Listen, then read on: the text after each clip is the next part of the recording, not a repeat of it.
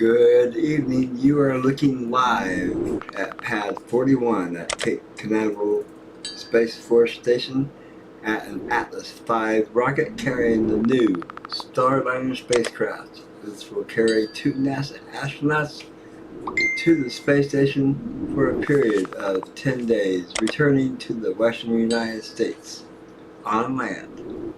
My name is Professor Jim Caffey. Thank you for joining us today on the Astronomers for this historic launch. On the left is the launch pad with the rocket on it.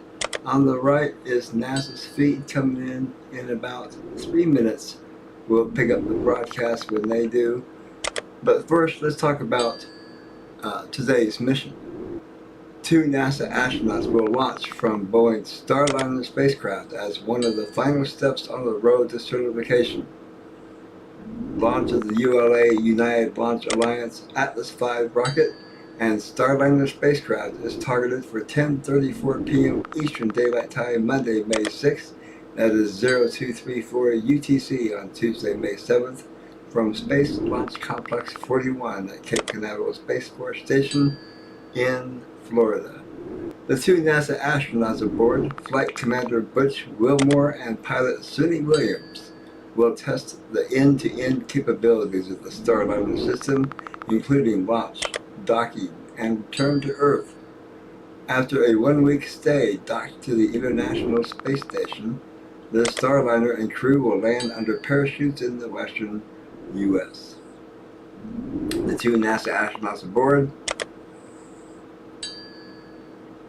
Butch Wilmore and Suni Williams, will be at the launch pad at about 7 p.m. to 8 p.m. Eastern Time. The weather forecast during launch: according to weather officials, there is a 95% chance of favorable weather conditions at the time of launch. The forecast calls for a temperature of 76 degrees, scattered clouds, 27% cloud cover, and a wind speed of 14 miles an hour.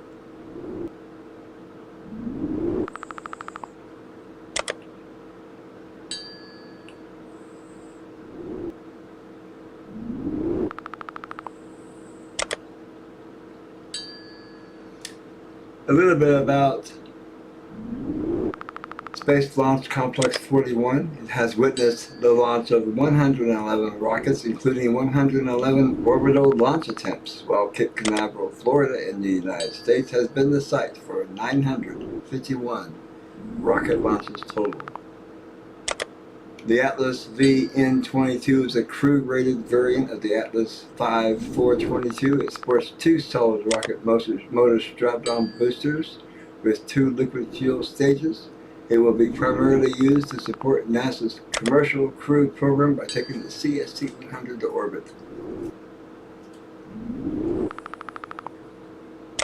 We are standing by here on the Astronomers to broadcast live with NASA here at the bottom of the hour. As soon as they go live, we will take it with them, and let's take that program full screen and go live to the astronaut checkout facility, where the two astronauts on board will be getting ready and suited up for their historic launch. Let's go live to the suit-up room at the Kennedy Space Center.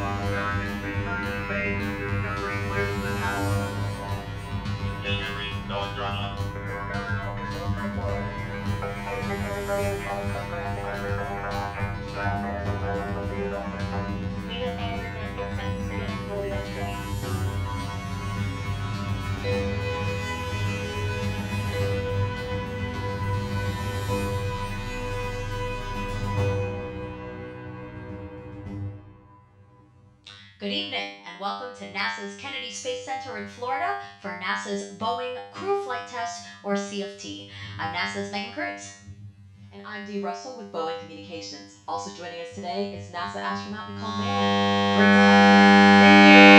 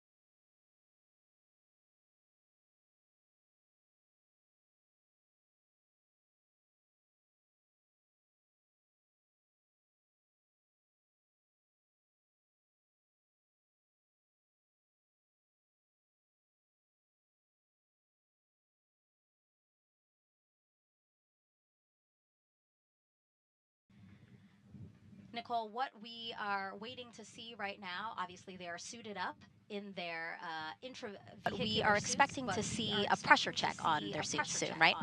Absolutely. So there's a huge team of folks from David Clark and NASA and Boeing that are all working together to make sure the astronauts' suits are perfect prior to launch.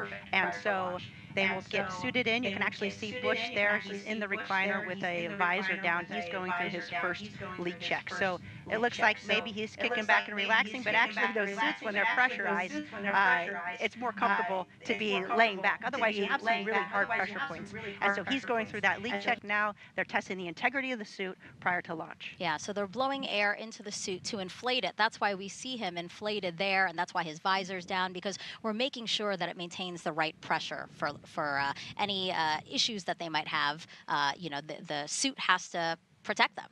Absolutely. It is their life support system, really. And so should there be a problem in Starliner, they will close their visor. That suit can inflate, and it has the pressure and also the air supply to keep the astronauts safe in the event of emergency. And Dee, Nicole mentioned David Clark, so that's the company that worked with Boeing to design these suits we're looking at, right? Absolutely. So they worked closely with veteran astronaut Chris Ferguson to come up with the details. It is a lot lighter than the traditional NASA astronaut spacesuits. It's about 10 pounds lighter. It's very minimal. You could see on the left side, right under maybe their name, that's where the umbilical will go in, and that's where the air would go into. The chippas, which is a soft helmet. The new thing about this suit is the helmets are actually attached to the spacesuit. It's actually like a hoodie, and that's where the communication cord is connected to, so that they're able to talk to flight control during their mission. And then, of course, they have gloves, as most suits do, and these gloves are touchscreen sensitive, as we do have a screen on our capsule. And it looks like Butch is about to unzip his helmet there, so it seems like we've had a good leak check there. Speaking of Butch, again, Commander Butch Wilmore, NASA astronaut and retired U.S. Navy captain, was raised in Mount Juliet, Tennessee, married to Deanna Wilmore, and they have 2 daughters. As a naval pilot, Butch racked up more than 8,000 flight hours and 663 carrier landings, all in tactical jet aircraft.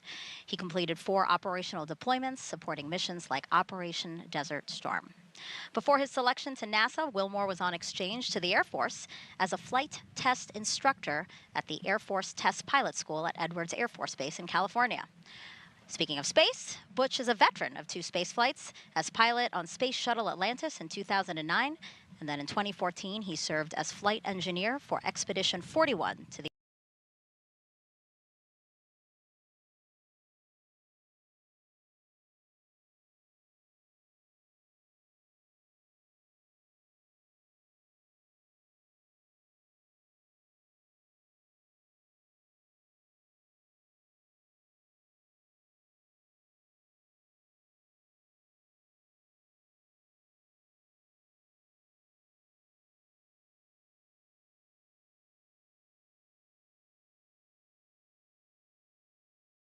You always ask the question why.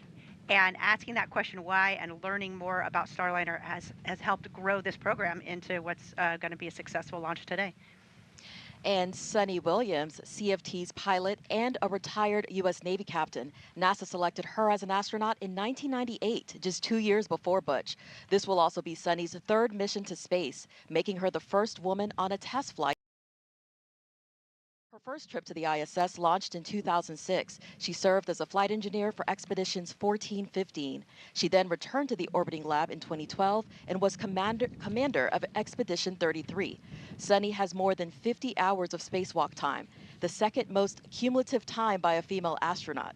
So far, she has spent 322 days in space. Before NASA, Suni was a former naval test pilot and instructor, logging more than 3,000 flight hours in more than 30 different aircraft. Williams grew up in Eden, Massachusetts, and is married to Michael Williams. She enjoys hanging out with their dogs, working out, hiking, and camping, as well as working on cars and houses. You were talking about how Butch is always asking why. Suni has always said that that's actually something she really admires about him, because she fully trusts that he's going to get down to the bottom of everything and figure out why we're doing things and why it's the best way to go about things. Absolutely. Butch is always going to ask the tough questions. And if you have, one thing I remember training with Butch is if I had a question or I wasn't sure, he always pause, let's ask, let's find out why. He has that patience and that attention to detail to get down to the bottom of it. Yeah, that's why it's so important for our crew to develop that relationship, because Sunny says she really trusts Butch and trusts his decision making. And now, right here, we have a shot actually of NASA astronaut Mike Fink. He's the backup pilot for this mission. And Nicole, a fundamental part of NASA's commercial crew program and getting Starliner to this moment, really. Fink. Mike Fink has been working commercial crew since the very beginning. Before he was even assigned to Starliner, he was in charge of the astronauts that were working that program. So he's had a fundamental role in its development as well, and it's great to see him in the backup role today. And then he's also assigned as the pilot for Starliner 1. Yeah, Starliner 1, the first operational 6-month mission to the space station after this crew flight test and certification of the Starliner spacecraft. Fink is known for loving to take pictures, so I bet you he's snapping he's snapping a picture of the crew now. Okay, that makes me laugh. He is the best at taking photos. In fact, yesterday I drove by the pad and took a photo, and I texted Mike, and he sent me the first picture that we took together in front of the Atlas V, which is pretty special. Yeah, that's wonderful. And I know he's there in a monitoring role, right? Because as he prepares for Starliner 1, it's really important to see how everything shakes out for CFT today. Oh, for sure. But he's also the ASP. So he's the astronaut support person in the room. And so his job is to make sure Butch and Sunny have everything that they need for launch. Of course, there's a team that's helping them out, but he has that special eye to know, okay, this doesn't look quite right. As a crew member, he has that kind of inside knowledge, and his forefront of his mind is the safety and success of Butch and Sunny. All right. Now, if you have any questions about this mission over the next 5 hours, we invite you to send questions our way using the hashtag AskNASA. All you have to do is go to one of our platforms, Facebook, X, Twitter, Instagram, and again, use that hashtag AskNASA to send in your questions. We look forward to hearing from you and answering those questions live. Let's go now to United Launch Alliance's Advanced Spaceflight Operations Center, or ASOC, where ULA's Dylan Rice and Boeing's Lauren Brennicke are listening to all pre-flight operations right now. So guys, how's everything looking? Well, Megan, the countdown is going incredibly smooth right now. It's been nice and quiet in here when you consider all the important jobs that are going on around us. It's amazing that it is so quiet, but that's what we want to hear. Dylan and I are in a really unique spot here at ULA's Advanced Spaceflight Operations Center. We're able to look down over the control team, the launch control team down here, and if you see us right there in the middle of the room, that's us up in the window. And we're also able to be right in the middle of the mission directors who are over to our right, and the engineering support that's over to our left. So we're in a great spot to be able to track this countdown for you today. We're also going to be bringing up the public operational communications that you might hear us refer to as loops or nets. So you haven't heard them so far in the broadcast, but we're going to bring them up now, and we just want to let you know that as they come across, our commentators will be pausing to make sure that you can hear them. It's also our job to wear these headsets you saw us in and listen to some of the chatter that's going on in the background. That way we can translate things for you as they happen and follow along with the nominal procedures. So far in the countdown already today, the Starliner Control Center is starting to shift control of the spacecraft over to mission control in Houston. The pad team has been cleared out for a little while the rocket was being fueled, but they are back on the pad now and preparing it for crew arrival. Our teams have also been cycling the thruster valves, and they're now in open position. This is the third time, of course, for Starliner to launch, but the first time that we're going through all these procedures with the crew members. So that's why we're coming to you 4 hours before launch today to be able to walk you through everything. But it is important to remember this is a test flight, so we are going to learn a lot, and it is our goal to make things more efficient for future crews. So Dylan, how are things progressing with the rocket? Well, Lauren, Atlas V and Centaur are fueled and ready. The rocket was rolled out to the pad this weekend, where it was connected to the propellant storage farms, air conditioning, and other pad utilities. Our countdown started at 11:14 a.m. this morning. We powered up the rocket, began all of our final checks of our avionics systems, and then started the final preps out at Launch Complex 41. All that work wrapped up around 3:30 p.m. We got into our cryogenic tanking hold at that point. And with the launch vehicle ready and the cryogenic hold completed at 4:34 p.m., we picked up cryogenic tanking. Cryogenic tanking takes about just under 2 hours to complete and went very smoothly today. The vehicle right now remains in stable topping, and all pre-launch checks are basically complete. The readiness poll has been completed for pad entry, and the blue team is, as you said, arriving at the pad now. Today is the 100th launch of the safe and reliable Atlas V rocket. It's the third flight of the 172-foot tall N-22 configuration. This rocket is equipped with a dual-engine Centaur upper stage, which is a configuration that's uniquely capable to deliver the performance needed for that specially shaped trajectory that maximizes crew safety for Starliner. Rocket processing activities are sequenced to the T clock. So right now we are at T-minus 4 minutes and holding. T clock stands for terminal count clock. So what that indicates is that right now we're not performing any significant processing of the rocket. The L clock, which is what you see on the screen, or launch clock, is counting down from L-minus 3 minutes, 3 hours 47 minutes down to T0 for our instantaneous launch opportunity at 10:34 and 14 seconds this evening. One thing I really love is that it's the Atlas's 100th launch, and it is the first crewed launch for CST 100. So that is our lucky number of the day. If you don't know, CST stands for Crew Space Transportation, and the 100 represents the 100 kilometers up. That is the space line, the difference between Earth and space. So, of course, you'll hear us refer to it as CST 100 some, but we do call it Starliner now. That is the fleet name.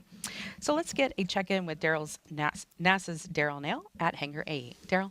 Thank you very much, Lauren and Dylan. And here at Hangar AE, the management for Commercial Crew Program is monitoring all the systems, including the weather. We just got a weather brief just about 20 minutes ago from the launch weather officer for the 45th Space Wing, Brian Benson, and it's looking pretty good. In fact, it's looking excellent for the local area here at the launch pad. You can see in this shot off in the distance some clouds off into the horizon.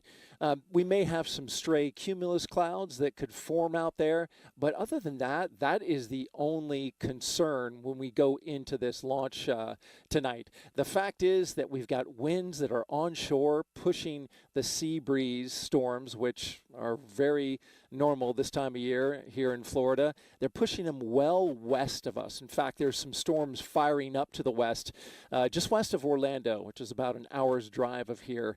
Thunderstorms are starting to form there. They have some lightning that is in the area. But all of that is not a concern, according to the launch weather officer. Now, there's two areas that we're looking at, and the first is the launch pad. You can see from this shot right here, the seas look great, the sky looks good, and overhead we're looking really fantastic. So let's put up the weather graphic and just give you the breakdown for the launch weather officer here in the area. That's, you really can't get much better than that. 95% go. You know, they wouldn't want to put 100% because... I have you loud and clear on one.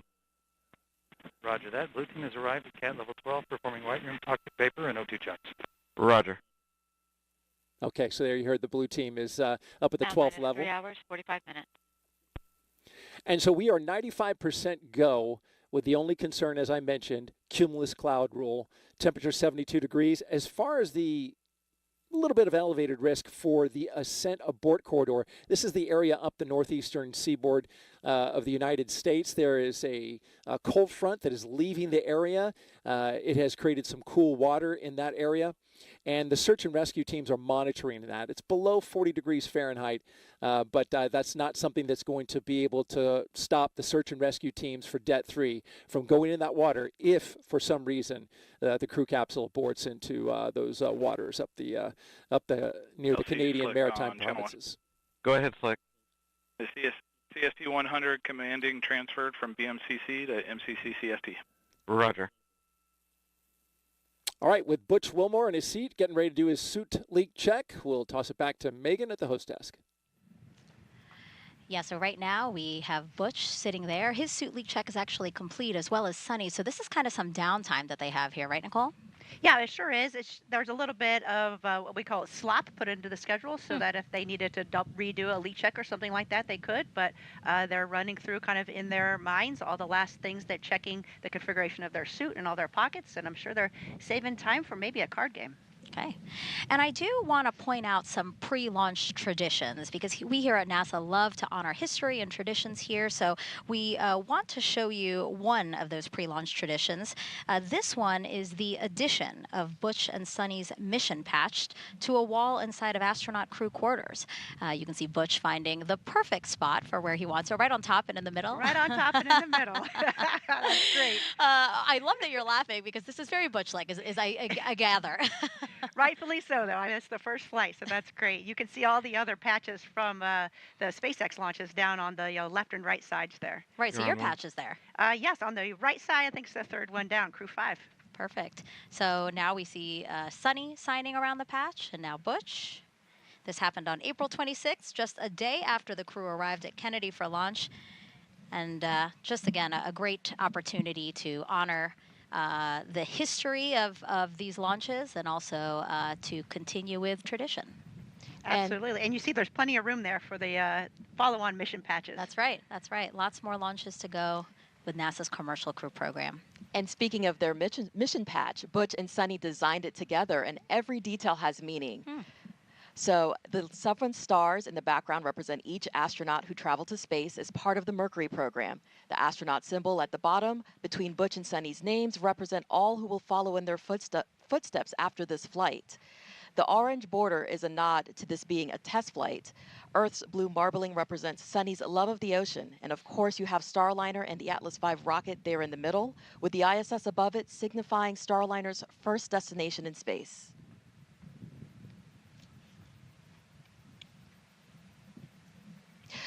We have teams at Mission Control in Houston monitoring Starliner's flight to the space station. Let's check in with NASA's Brandy Dean and Boeing's Jim May. Thanks, Dee, and welcome to Mission Control in Houston. And I'm NASA's Brandy Dean. And I'm Jim May with Boeing. We're incredibly excited to be here today with the flight control team that will be seeing Starliner safely through its first ascent with crew members on board. The team's been training really hard for this, working through literally hundreds of simulations, and they're ready to get Starliner into space. Yeah, the team today is led by Flight Director Mike Lammers, with Flight Director Rick Hempling working alongside to assist him with keeping an eye on weather. And on Lammers' other side, we have Canadian Space Agency astronaut Joshua Kutrick acting as today's Capcom. He'll be speaking to Butch Wilmore and Suni Williams on the team's behalf, and he has a special interest in this flight since Kutrick plans to be on board Starliner the next time it launches as a mission specialist on Starliner 1 crew. LC, this is Luke. This team's been on console since about 3:30 this afternoon, working closely with the teams in Florida. Just under 4 hours before launch, once everything was activated and ready for them, the Boeing Mission Control ground control team handed control over to these folks here, and they'll be the ones sending commands to Starliner from now on. That said, although they'll be busy, you won't hear too much from them as they move through the countdown with their colleagues in Florida. Some of the key calls they'll make include switching Starliner from ground power to battery power, and then with the crew's help, activating the launch abort system. And of course, Mike Lammers will be speaking on behalf of his team when he gives his go or no-go to the launch conductor during the final poll 7 minutes before launch. At liftoff, they'll work hand in hand with the ULA team, who will be controlling the Atlas rocket lifting Starliner into orbit.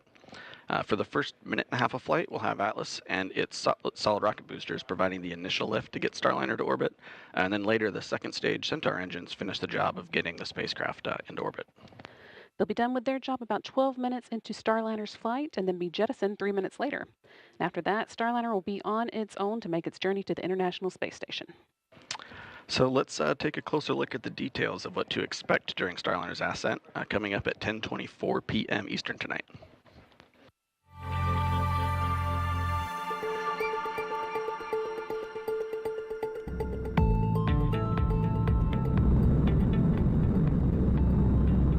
Ascent begins at T-0, liftoff, the end of the countdown and the beginning of the mission. Shortly afterwards, at T+12 seconds, the rocket rolls, lining up Starliner with its target orbit and putting the astronauts in a heads-up position.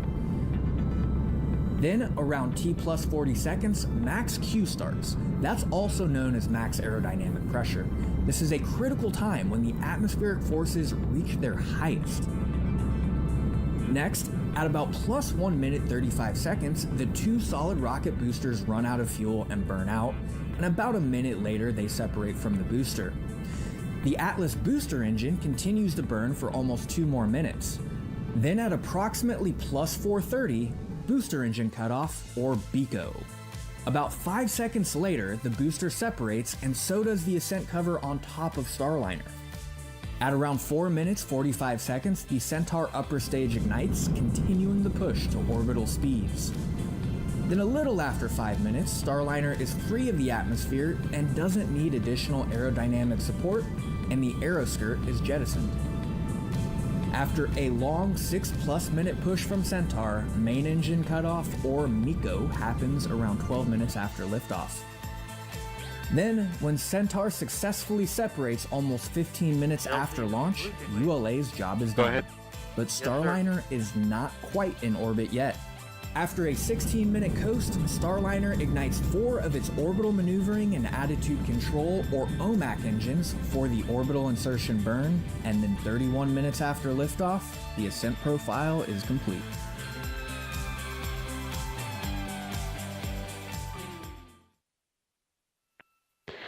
That was a look at the first 30 minutes of Starliner's mission, but of course that's just the beginning. If we launch on time tonight, Starliner is set to dock to the International Space Station at 12:46 a.m. Eastern on Wednesday. So next we're going to check in with NASA's Rob Navius, who is waiting on launch just down the hall with the Space Station Flight Control Team. Rob? Well, good evening from the International Space Station Flight Control Room here at the Johnson Space Center in Houston, where the Orbit 3 team of flight controllers is on duty at this hour, keeping tabs on the countdown, the progress of Starliner's preparedness for launch, and the countdown for the crew members on board the station to be awakened at about 2 a.m. Eastern Time Tuesday morning. Once the 7 station crew members are awake, they'll move right into preparations for the arrival of Butch Wilmore and Suni Williams late Tuesday night. High on the list for the station crew after their wake-up call will be the stowing of equipment currently housed in the passageway between the forward end of the Harmony module and the hatchway through which the Starliner astronauts will float as they enter the station following docking. Tuesday afternoon, there'll be a pair of mission management meetings, first by Boeing management to assess Starliner systems following launch, and the initial series of OCCs. Those are the operational checkout capabilities the Starliner crew will conduct to ensure that the vehicle is ready for docking.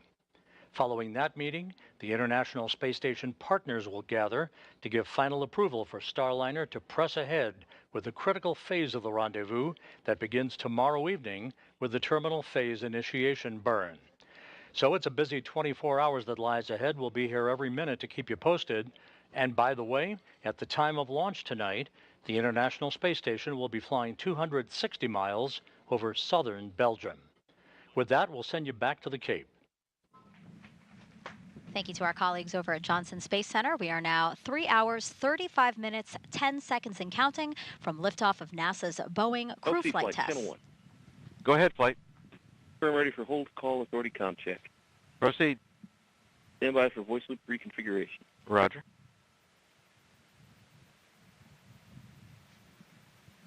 Nicole, really quickly before they start, what is this poll? Or not poll, I'm sorry, check. Yes, they're doing all the 35 minutes. These are all the comm checks to make sure that the control rooms for the spacecraft, for Houston, as well as the rocket, are all in sync and have good communication.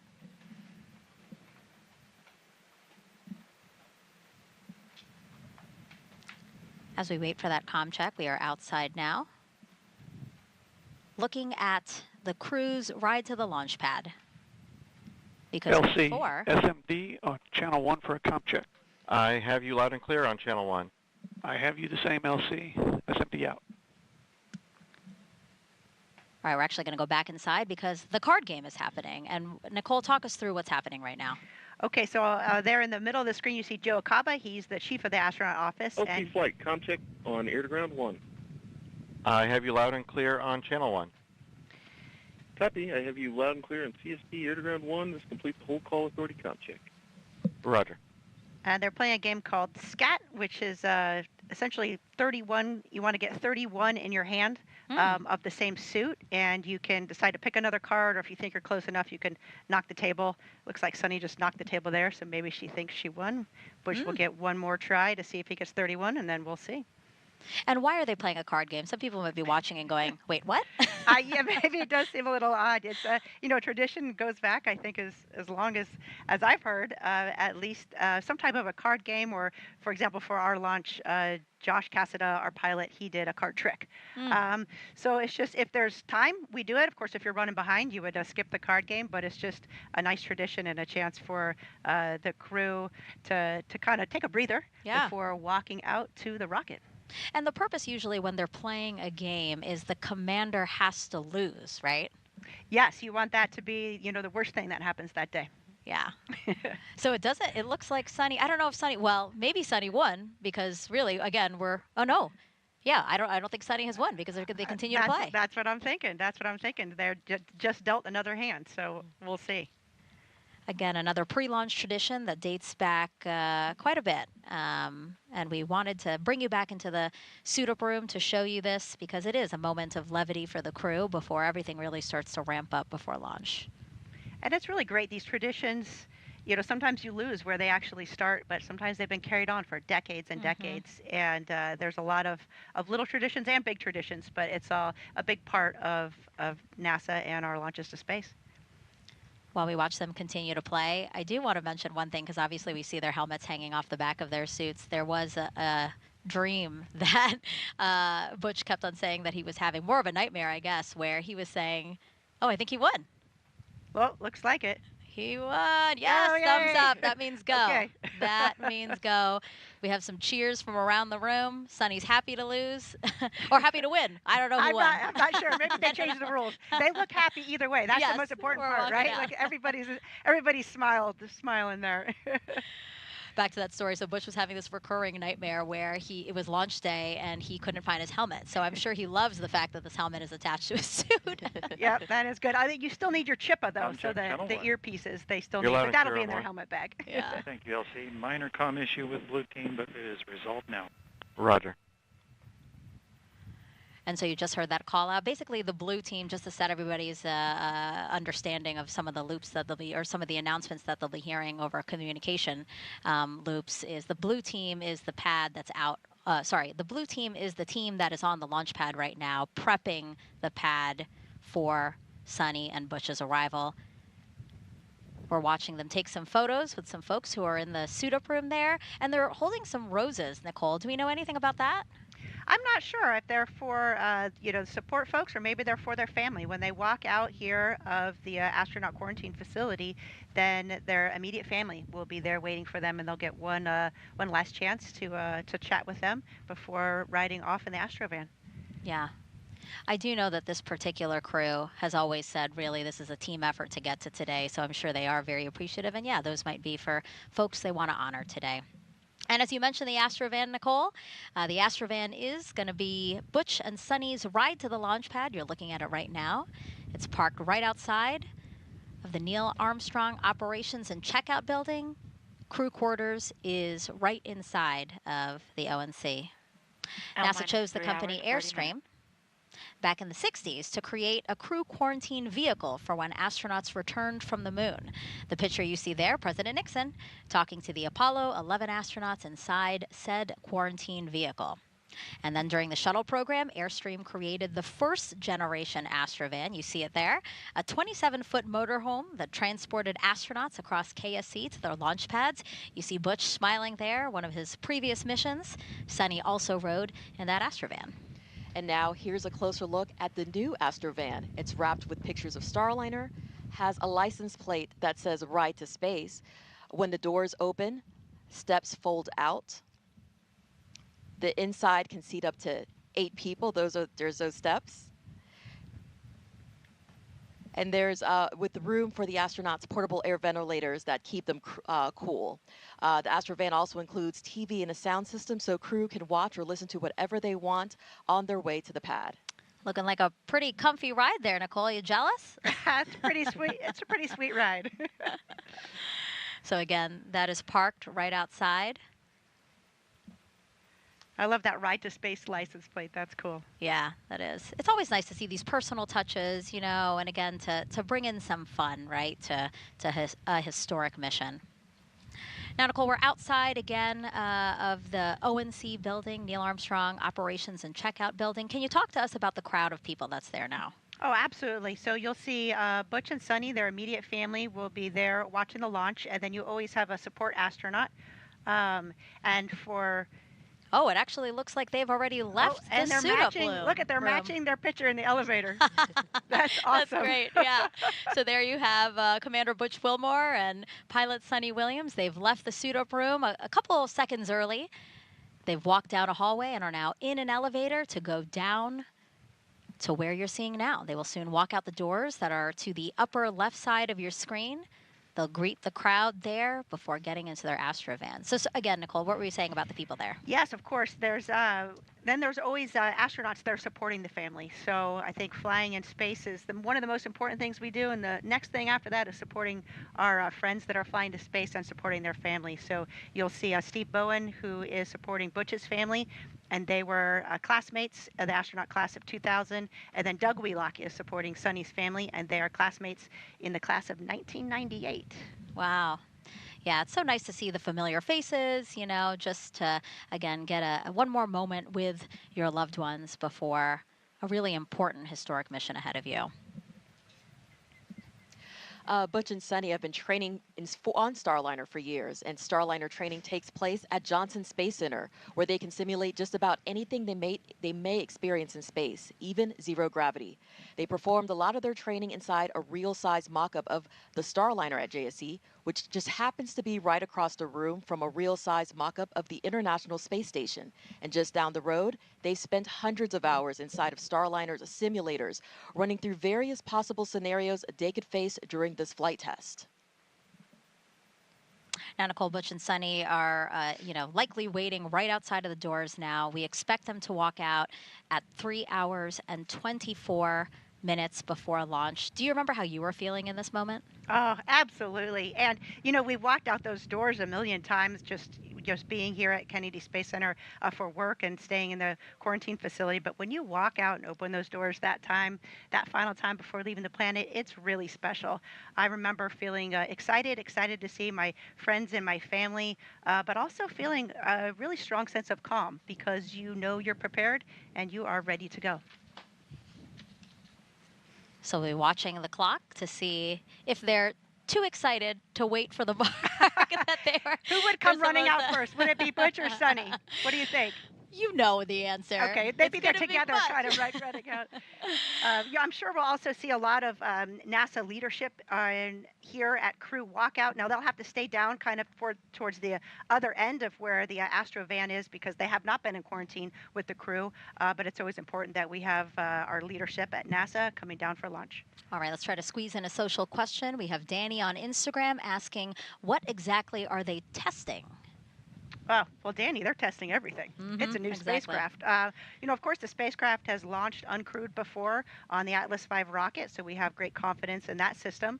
But the crew on board, the integrated system with all the life support systems and our ECLIS systems, which is your cooling and your environmental system. Of course, and then the piloting of the spacecraft. It is a fully automated spacecraft, but it has a lot of manual capability. So Butch and Suni will be flying manual test points, and it also has a fully backup capability as well. So they'll be testing all of those components of the spacecraft during this mission. And to set the stage for, again, the moment of Butch and Suni walking out these doors. Again, the ONC building here at Kennedy Space Center. Inside was crew quarters, that same suit-up room that we have been watching them suit up in. NASA has used that very same suit-up room since Apollo 7 in 1968. That was the first manned mission of the Apollo program, so a lot of history there. And then those astronauts, as we said, for the missions subsequent to Apollo 7 have been walking out the doors as you see now. Here they come, our CFT crew taking their first steps outside for their historic flight test to the International Space Station. Commander Butch Wilmore and pilot Suni Williams. LC Slick on channel 1. Go ahead, Slick. Hatch open, ops complete. Confined space checks are nominal. Roger. You can hear Butch there saying thank you for everyone for being there. He said, let's fly. They're now walking over to their respective areas, right? Again, we have family and friends here to see Butch and Suni.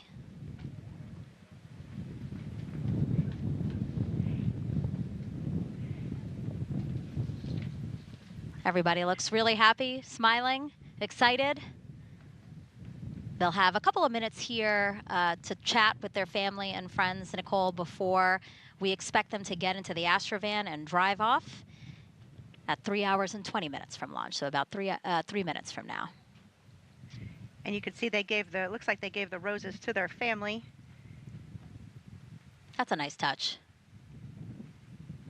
And then you can see other people that are watching or observing are kind of staying back behind that line there just because of the quarantine that the astronauts have been in for the past 2 weeks.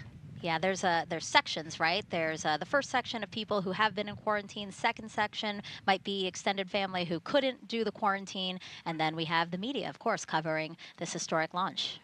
And this is a special moment. I mean, it looks like it's crowded there, but it's really a private moment that you're kind of have with your family to exchange some words and give some final words of encouragement for those that are staying back on the planet and for the person that's leaving the planet as well. Yeah, both Butch and Suni have said, you know, they have included their family every step of the way of their mission. So really, they feel like their family is ready and excited and happy for them to embark on this journey.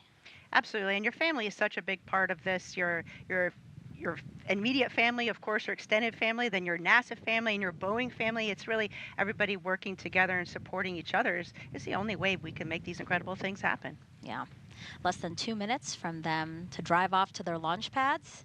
I do want to point out who's going to be getting in the Astrovan with them. So we will have a driver. His name's actually Rodney Perry, and he said, I could not pass the opportunity up to drive astronauts to a launch pad. I don't blame him. Yeah, that's pretty cool. And then we have a backup driver who's going to ride passenger, monitor again those communications that we're hearing over the loops, the nets, just to keep tied in with the operation. He said that Butch and Suni are just down-to-earth, fun people, excited to, again, play a small part in their mission.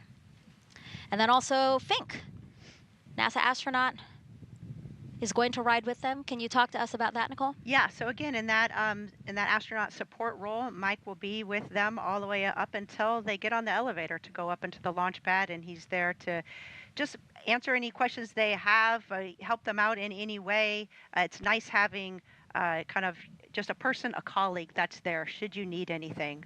And then, of course, Spanky's taking notes on everything because, as mentioned before, we're always learning and improving our processes. And so he will take any lessons learned back for his launch. And we're watching now as Butch and Suni give air kisses, air hugs. You can see they have a visor, a film kind of protective layer there on top of their visor that's velcroed to the back there, and that's just so the visor doesn't get scratched as they're moving around to the launch pad, and then they'll remove that protective visor when they get into the spacecraft. That makes sense. Thumbs up to everybody. They're like, let's get out of here, guys. A hug there for 3 hours and 20 minutes. One of you guys' colleagues, right, Dee? That's right. That's Megan Donaldson. She works very closely with the astronauts. She's our astronaut liaison and ensures that they have proper interaction with our teams to encourage safety and to remind everyone that this is a crewed flight and this is who we do it for. Now she's closing the door. The stairs are going up. We see the backup driver getting into the passenger seat. I always expect the Astrovan to zoom away or something, but for some reason it always drives so slowly. I guess safety first, right? Exactly. I was just going to say safety first. We have speed limits here on Kennedy Space Center. Yeah, don't you take those very seriously. You encourage people to beat those speed limits? Of course not. I'm sure everybody getting situated in there. The windows, they look opaque, but actually the astronauts can see out of them, right, Dee? That's right. So they'll be able to have views of the entire Kennedy Space Center as they ride to their pad. And what a beautiful time to be riding to the pad. We're about to see sunset here. Golden hour Absolutely. It's gorgeous. And it's always fun because you drive out to the pad and there's a lot of locations, especially coming by the vehicle assembly building where the streets are just lined with folks waving and cheering you on. We expect the drive to take about 20 to 25 minutes from here to Launch Pad 41 on Cape Canaveral Space Force Station. So not on Kennedy Space Center property, just next to us. Again, about a 20 to 25 minute drive. How are you feeling on that drive, Nicole? We were definitely excited. I was in a car with Josh, as I mentioned before, who was our pilot for Crew 5, and we had a music playlist that we listened to, but we picked too many songs, so we had to kind of like rush through to the next song because we wanted to get all those songs in. We had some songs that kind of hype you up, some songs that had some like special, personal meaning to us, and then, a couple songs that just as a crew was something that we really enjoyed together. Speaking of music, both Butch and Suni obviously wanted to have some music to get them in the mindset as well. Butch said epic movie songs, which I'm sure doesn't surprise you. His phone has, he said, over 300 epic movie songs. And then Suni has said she's more of a country pop kind of gal. So really that vibe is just, kind of relaxing with family on the beach. So that's kind of the music that they've been listening to get them in the mindset for today. Absolutely. I mean, you're definitely focused on, launch and the upcoming mission, but the ride over gives you just a chance to kind of kick back and reflect a little bit about all the work that's gone into preparing for this moment, all the teams of folks that have been working hard to make sure that this launch is as safe as feasibly possible, and then also to reflect 17 minutes on your family and what a critical component they are to this mission. Seems there might have been a slight delay, but now everybody is back in, and we are off. NASA astronauts Butch Wilmore and Suni Williams now en route to Cape Canaveral Space Force Station's Launch Pad 41 with a full security escort.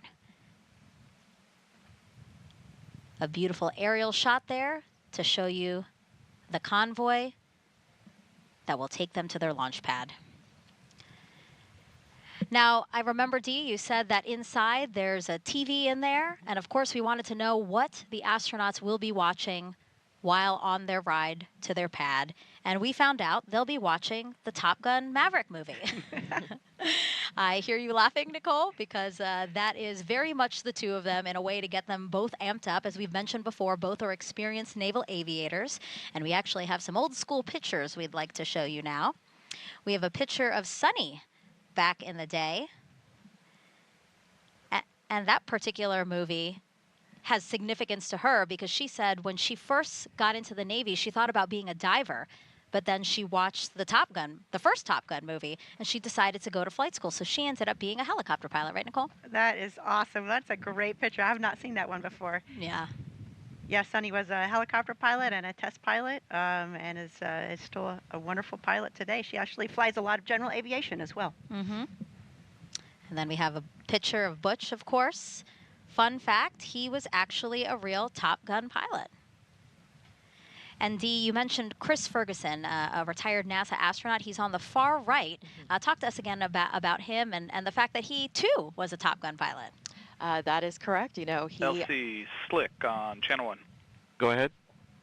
Crew transport convoy is en route to LC 41. Estimated arrival to the roadblock is about L minus, I would say 3:05. Roger. OSM, LC.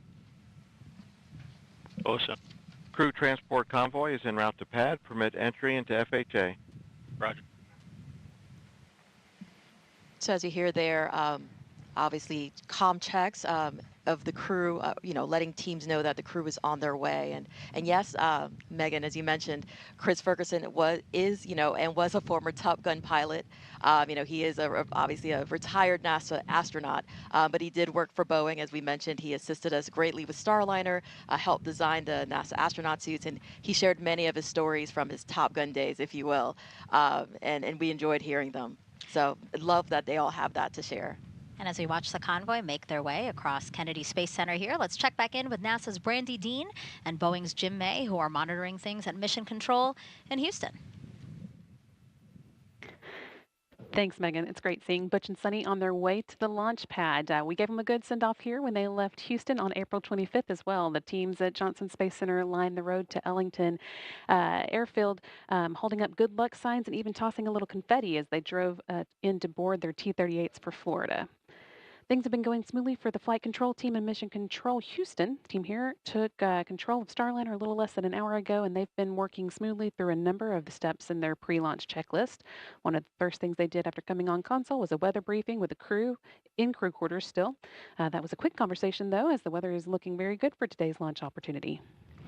The team here in Houston is continuing to work through their pre-launch checklist, although right now they're working in more of a monitor mode, keeping the spacecraft stable while Butch and Suni head to the pad. Then the teams at Kennedy Space Center prepared a Starliner for their arrival. So once the crew gets strapped into their seats and the hatch is closed, things here will pick back up a little bit as we perform cabin leak checks, monitor Starliner's life support systems, hosting the crew for the first time to space. Yeah, and then in the last 20 minutes before launch, there are a few important actions they'll work through, switching Starliner to internal power and working with the crew to activate the launch abort system.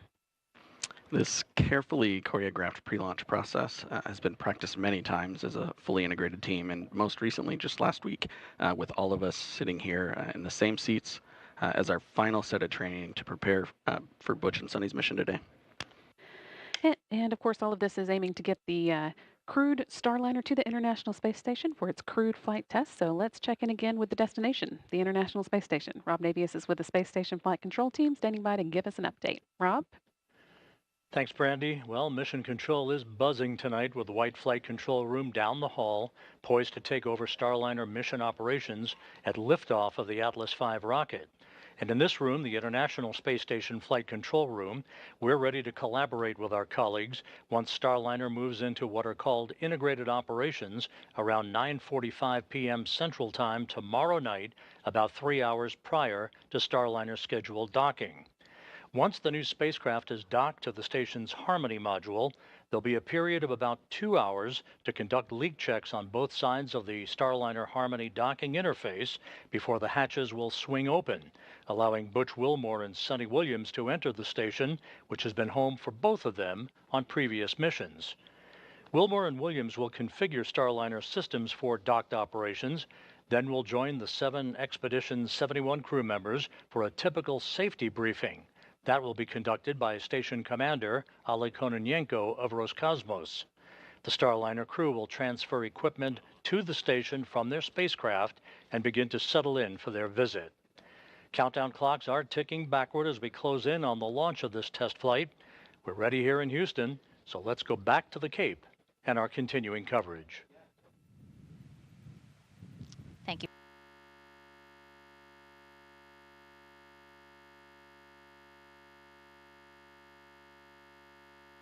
Craft designed for crew. If you're curious about the first 5 crewed test flights, here they are.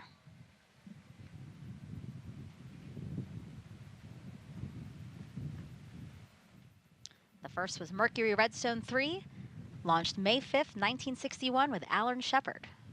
The next one was Gemini 3, launched with Gus Grissom and John Young on March 23rd, 1965.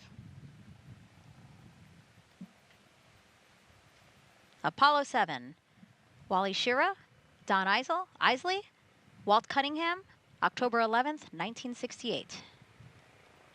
Then you have STS-1 with astronauts John Young and Robert Crippen, which launched on April 12th, 1981. And then NASA SpaceX Demo 2 mission, Doug Hurley and Bob Behnken, May 30th, 2020. And of course, today you have NASA's Boeing crew flight test with Commander Butch Wilmore and pilot Suni Williams.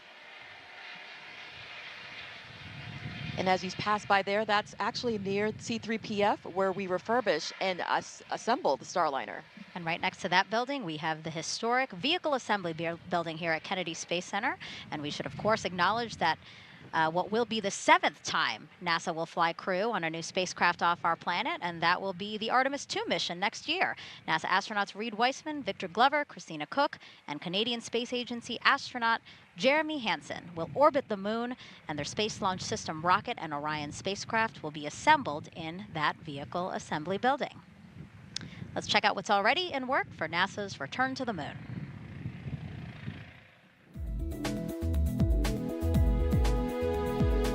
Engineers inside the Neil A. Armstrong Operations and Checkout Building at Kennedy Space Center lowered the Orion spacecraft into a vacuum altitude chamber with the help of a 30-ton crane. The chamber simulates deep space to test for any electromagnetic energy that could damage Orion as it travels away from Earth. Meanwhile, the Artemis II crew completed an underway recovery test at sea. This exercise mimics Orion landing and recovery procedures when the crew splashes down in the Pacific Ocean off the coast of California. Navy divers and boats approached a mock-up Orion capsule and helped the astronauts into helicopters, which then flew them to a nearby naval ship, just like they'll do during the mission. Back at Kennedy and high above Launch Pad 39B, this 360-degree video takes you for a ride inside one of the Artemis emergency egress baskets. In the event of an emergency at the launch pad, astronauts and workers use this quick exit to get to safety. That's a look at your Artemis Moon Minute. We're now 3 hours and 7 minutes away from launch. Let's check back in with Daryl Nail over at Hangar AE. Well, thank you very much, Dee. And as we follow the convoy to the pad here, you can see the shadows on the vehicles are getting long. That's because sunset is just about 30 minutes away, 8 p.m. Eastern Time. Sunset, and the conditions for weather are simply fantastic. It's 79 degrees outside, humidity about 70%. But we are very dry, very comfortable, and any storms that have been caused by sea breeze, convection over the center of the state are being kept away by some nice 12 to 14 knot winds, according to the launch weather officer, just keeping those storms at bay off in central Florida. So as the team goes out there, the crew's getting a beautiful sunset, a beautiful Florida sunset as they go out to their launch pad today. Also want to mention that the NASA operations manager has set the triage points based on the conditions that the weather has for today, specifically the winds, those 12 to 18 knot winds forecasted at T0. That dictates where they can put the triage should there be an emergency at the pad and they needed to get crews out of there. They want to make sure that both the emergency personnel and the astronauts are safe in case of any emergencies that happen. Now you saw the helicopter flying right by, and this is a shot as they continue to drive out towards Space Launch Complex 41 here. And with that, we're going to send it back to Megan. All right, and as Butch and Suni are almost at the launch pad, let's check back in with Lauren and Dylan as they monitor the countdown.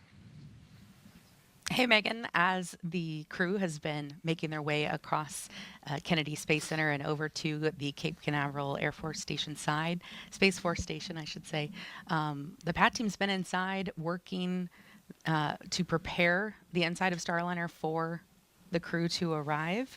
We've been talking a little bit about the pad team. We've told you we also referred to them as the blue team. So if you hear us say blue team, that's who we're talking about. It's made up of 5 people from Boeing and 3 people from ULA. As the pad team is working up in the top of the crew access tower, one of the pad team members is also going to be making their way down to escort the crew up once they get there to the pad. You can see there on the left of your screen, that is what we call the white room. So we have 2 pad team members working away in the white room. And then on the back of that shot is, of course, the hatch that goes into Starliner. So that's where we will see Butch and Suni making their way into here shortly.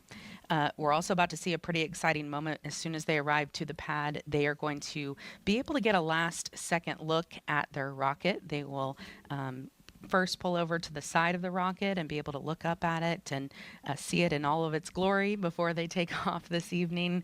And they've done this 3 times before. This will be their 3rd time. They've, of course, gone to space in the shuttle and as well as the Soyuz. So they know how to go through these motions, but it's a little bit different and a little bit special each time. We have heard Suni and Butch talk a lot about this spacecraft and how much they love it for its agility. Butch, if you've heard him in some of the recent press conferences, has even joked a little bit about how he feels so lucky to be in this spacecraft and how nimble it is, because he says he could really do barrel rolls around the ISS if he wanted to. Go ahead. Of course. Yes, sir. Per step 150, 26 personnel, 26 entering FHA at this time. Roger. Of course, he would not be doing barrel rolls around the ISS, but he just likes to use that as an example of just how nimble this spacecraft is. Suni also tells us that it is a test pilot's dream to be on this flight. She says she feels like she won the golden ticket. So it's pretty special for our teams to hear things like that. They have both been thoroughly involved with the development of Starliner, making changes along the way. They say that their fingerprints are really all over every procedure, every part of Starliner, even their spacesuits. They have been that involved in the makeup of everything. Of course, it is their goal to put Starliner through the ringer during this test flight and to prepare it for their friends who will take future rides on Starliner once we are certified and there are future missions on Starliner 1. So Dylan, the crews feel very confident with a ride to space on the Atlas, which has a 100% mission rate. They like to talk about that. Well, Lauren, the Atlas V Starliner configuration was designed with a commitment to safety. One of the most reliable rockets in the world, Atlas V, is today carrying an extra layer of safety for its specialized duty of launching astronauts. We call that the Emergency Detection System, or EDS for short, and it was developed by ULA engineers to enhance the protection of astronauts riding atop Atlas V. on Channel 1. Go ahead. Ready for pad support personnel to perform OSE radio comm checks and proceed to ground level. Roger. And Lauren, as I was saying, that EDS system autonomously monitors the health of all of the launch vehicle systems during flight. If the EDS system detects an impending anomaly, it can trigger an abort faster than any human could possibly do. But the astronauts also have the capability to trigger a manual abort from inside the capsule. Along with that EDS system, we also have a dedicated ascent flight control team on console at our headquarters in Denver. During this, this is Slick. They're exiting the white room to grab the radio now. Okay, Roger, copy that. Yeah, during any human spaceflight mission, this team is monitoring the health and performance of the rocket during ascent to space. The engineers will provide a real-time status and collaborate directly with NASA's flight director and mission control in Houston. When you hear the call sign Atlas, that's our ascent lead, and he'll be providing real-time telemetry data from the rocket and provide continued situational awareness. So for now, the rocket remains ready. We're just waiting on the opening of today's launch window and our astronauts. All the activity out at the pad is actually up on that crew access tower right now. As you mentioned, there are 3 ULA team members on the blue team, and they're there to manage all aspects of the crew access tower systems. They performed the initial safety checks of the tower and the white room prior to the Boeing team's arrival at the pad. Once the crew is loaded, and convoy has arrived at the pad gate. Roger. LC, LSM. Go ahead. Crew transport vehicle has entered the pad. Roger. Crew is clear to proceed to level 12. Roger. Okay, we're hearing now that the crew has pulled into the pad fence line, as you can see, and they've been given clearance to go all the way up to level 12 on the CAT. All right, as Butch and Suni make their way up to the rocket, and we are going to see a very historic moment here, we're going to pitch it back over to Megan and Dee and Nicole. Ladies. Thank you, Lauren and Dylan. Yeah, we just saw the Astrovan get onto the pad there. The rest of the security escort stayed behind, right, Nicole? Yes, they stay behind, and it's just the Astrovan that goes up there to the launch L-3 pad. hours. Time markers again, L-3 hours to launch. As we see Butch and Suni and NASA astronaut Mike Fink get out of the Astrovan. You can see Mike taking some photos there already, which is, he's always great at commemorating the moment. Yeah, I'm sure that he's very excited again to see his friends. And this is a special moment right here when they get a chance to look at the rocket. So Butch and Suni walking ahead there. They're gonna take a look at the rocket, which you see on the upper right-hand part of your screen, kind of behind the building that's there. You see the A, that is the structure there that's holding the rocket up. Again, a really wonderful moment for the two of them to take this all in. You know, and it's amazing. You do it, it feels like 100 times in training, and maybe there's a rocket there, maybe it's not. But the day you look up and you see your spacecraft on top of that rocket and you know you're about to climb on board, it feels very different. And this shot, it shows how massive this rocket is. It really shows the scale of just what they're about to do. How did you feel, Nicole, when you took a look at your rocket before getting on it? I was amazed. As you know, as Dee mentions, amazed just how massive it is. And it's just incredible to think that we as humans can come together and build something so incredible, launch humans into space, and to do it safely. And again, this must be emotional for Mike Fink as well, because right after this flight, and once Starliner is certified for those continued flights to the International Space Station, it'll be his turn. Yeah, he and Scott Tingle will be headed up on Starliner 1, hopefully not too soon. And so the three of them now back in the Astrovan driving around to the elevator that will take them up the crew access tower, specifically to level 12, and that is where they will get into the Starliner spacecraft. And this is where Mike will leave them, as we talked about. He's doing kind of all the last checks to support them. He'll hand them their helmet bags, which contain everything that they need to take into the spacecraft that they're not currently wearing. The vehicle has arrived at the base of the CAT. Roger. So they'll have their checklist, their ascent entry checklist, their chippas, of course, which are their headsets, their gloves, and then maybe a Sharpie or a pen. The crew kind of can decide what particular things that they want to have with them in their helmet bag. And so probably that handoff is happening off camera now. Again, Fink handing off helmet bags. LC Locks 2. Go ahead. For your awareness, we've just had a quick instance of some topping oscillations, and I've commanded my system into a stop flow. Roger. And so you're going to pause here for 5 minutes? That's affirmative. Roger. Advise when you reinitiate. We'll go. And you can see it looked like the blue team was actually carrying their helmet bags and... The flight crew has entered the CAT elevator. Roger. They're escorting their Butch and Suni onto the elevator. All right. And as they close the elevator door, we will see LC, them reappear on level 12. Go ahead, Blue Team Lead. In conjunction with the topping oscillations that were reported, we're getting a unusual audible associated with that. Roger. Locks 2, LC. Go ahead. Yeah, Roger. Is there any expected venting up in that area? Roger, LC, we're starting to see the oscillations at the top of the OLED space dampen out little by little. We're going to observe it for a little bit longer here, but at this time we don't see any issues with the tank health this time. Roger. Suspecting maybe just a different sound coming out of the Centaur vent valve. And you can hear that communication there from affirmative, LC. Roger. United Launch Alliance. They're, of course, monitoring all the instrumentation. Blue Team Lead, LC. Go ahead, sir. Roger. Appreciate the comment. Just advised of anything significant changes. Yes, sir. They're monitoring the instrumentation very closely, and then we'll talk about... The flight crew have arrived on CAT level 12. Roger. Anything they see that is, potentially off-nominal, and they will investigate, and you could hear them reporting to the rest of the control teams. They will continue to monitor, and of course, if there are any issues, they will let us know. But at this point, it sounds like they're just looking at some instrumentation.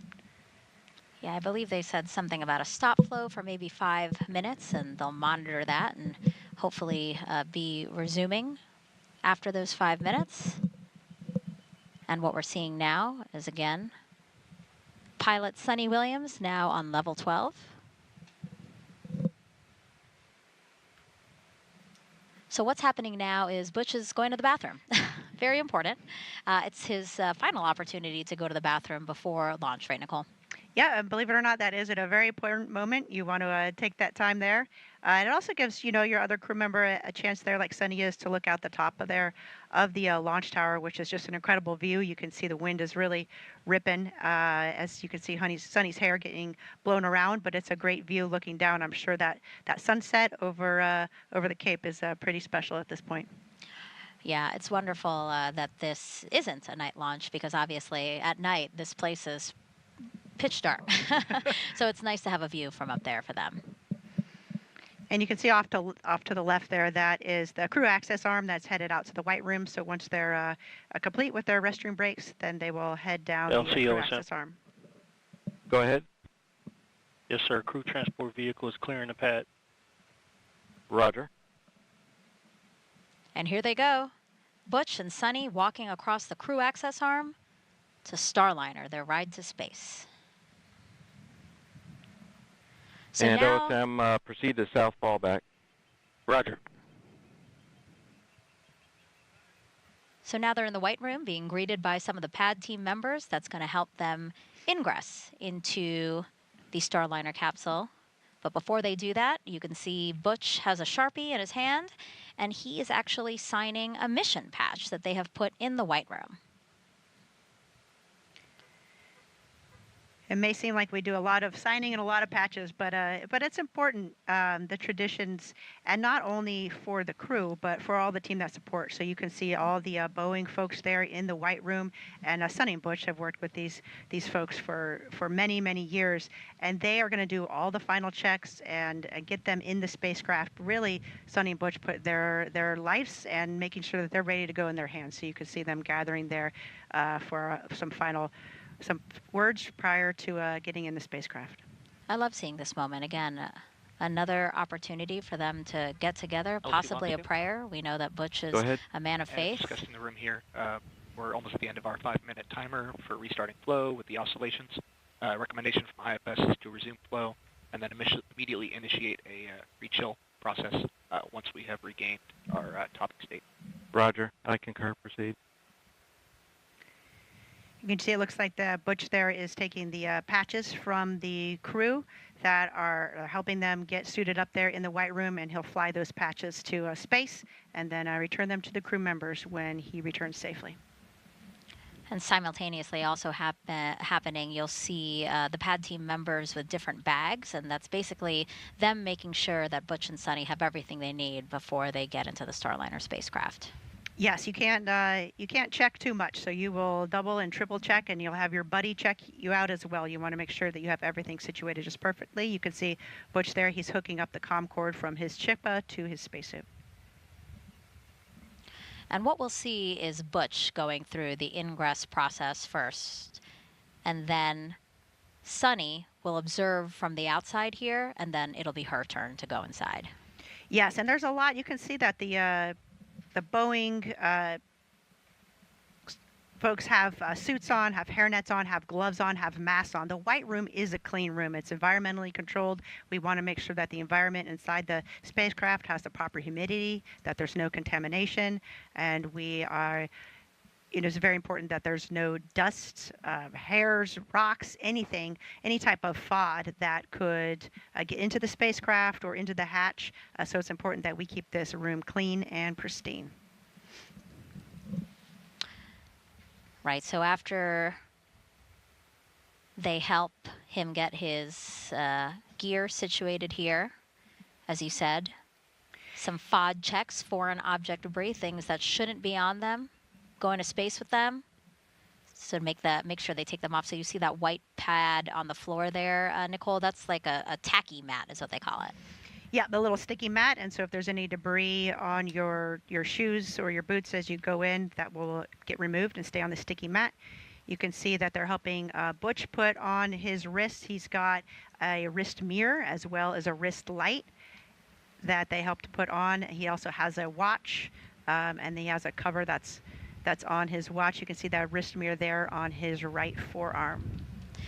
And what do they need a light and a mirror on their forehead? Why do they need those things? Well, really that mirror, remember we saw how during that leak check how Butch lowered his helmet and then zipped his helmet all the way around. So you can't by yourself see where confirm that helmet is fully zipped unless you have a mirror or your buddy can look at it and see it for you. So it's really for safety of flight, and if you needed to, of course when you're strapped in, you may have limited visibility. Of course, if you're pressurized or something, that's even exacerbated. So that mirror allows you to gain more views of the spacecraft and to check that your helmet is properly zipped prior to pressurizing.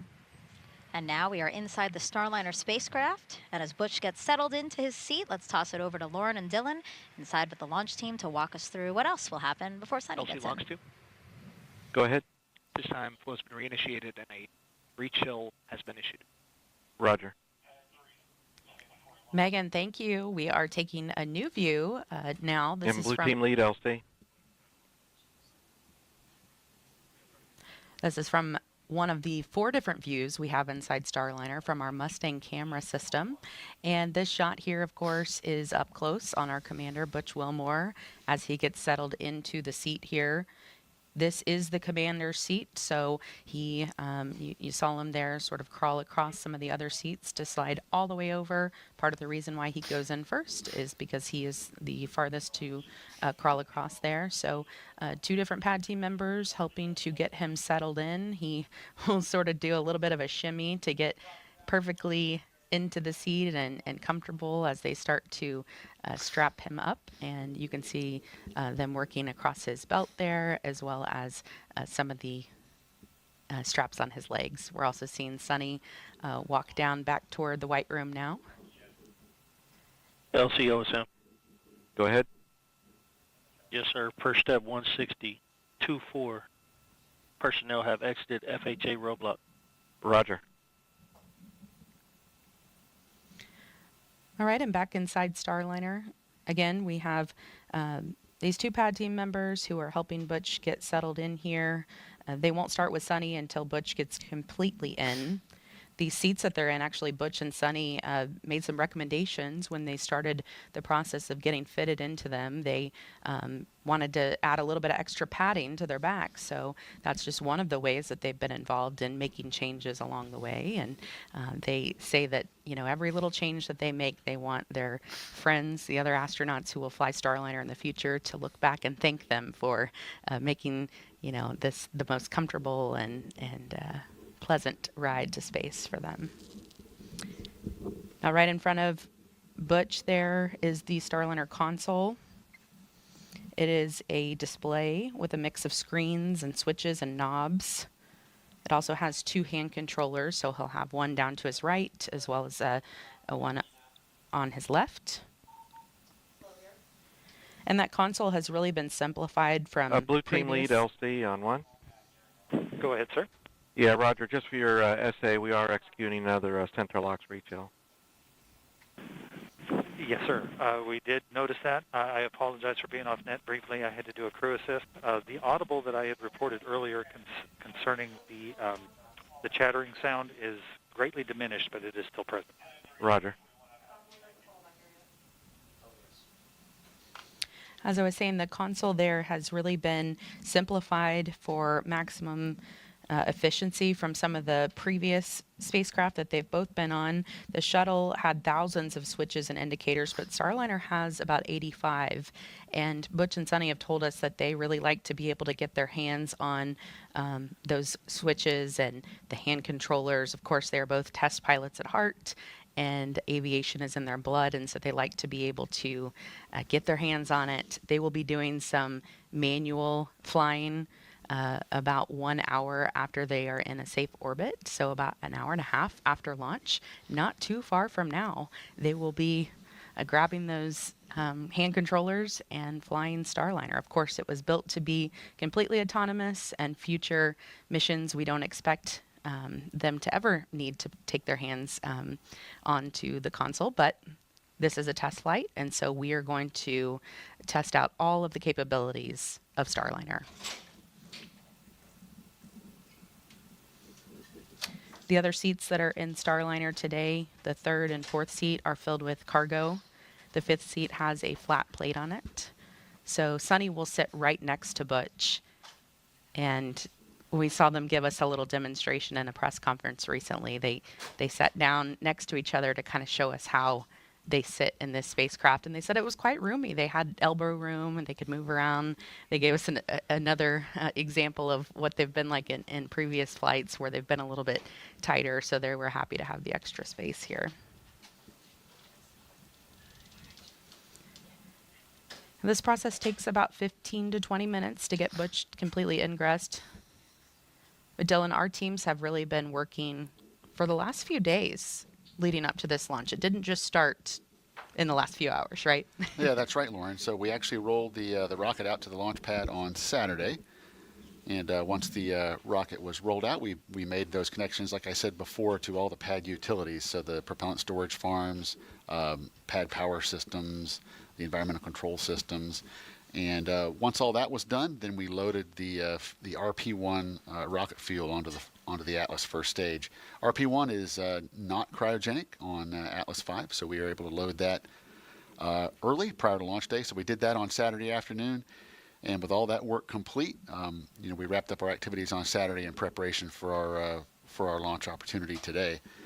So this morning we came in at 11:15, powered up the launch vehicle, started doing all of our avionics checks and all those final configurations and double checking the configuration of the pad. With all that complete, we went ahead and loaded all the cryogenic propellants on board Atlas and Centaur. And we are seeing Suni make a phone call right now. I think we might be able to actually see who's on the other end of that call. LCSY on one. Go ahead, SYS.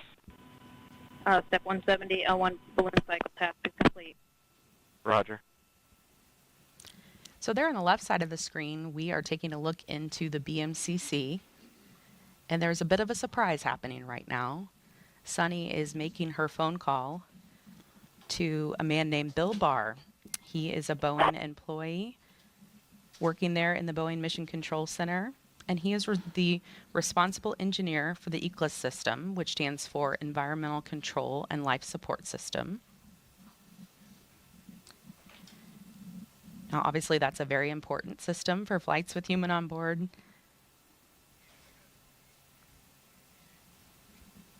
Just trying to see if we could see any of the reaction in the room, but I'm sure this is quite the honor and surprise for Bill.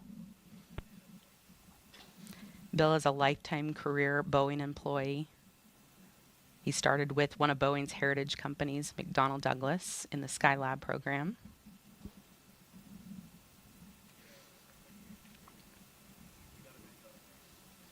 His teammates told us he is one of the greatest mentors anyone could ask for. Just a great teacher, knowledgeable, kind, and incredibly patient.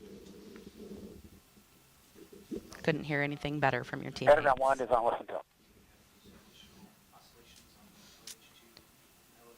And we're going to start hearing some comm checks here as Butch gets connected.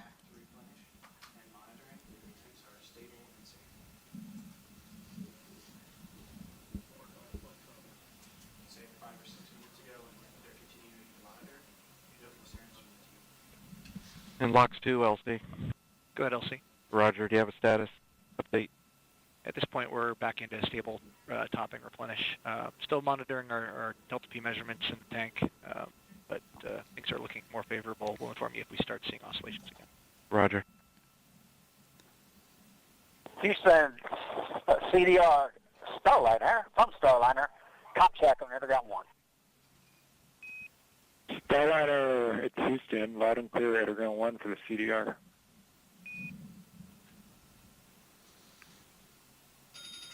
All right, good comms check there. Those comms are connected through the umbilical on his torso. And We Houston, mentioned that when Starliner, they we're were ready in the to suit up. power C10 Bravo.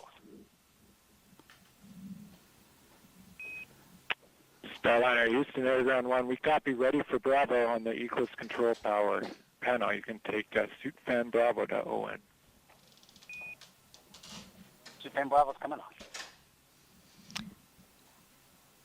All right, so you just heard that call there. They are turning the suit fan on. And it looks like they're actually a little bit ahead of schedule here. This is something we were expecting to happen in about 7 minutes. So running pretty efficient today, and they will be, doing their best to see how quickly they can get this done, because of course we'll have 4 or more astronauts on future missions.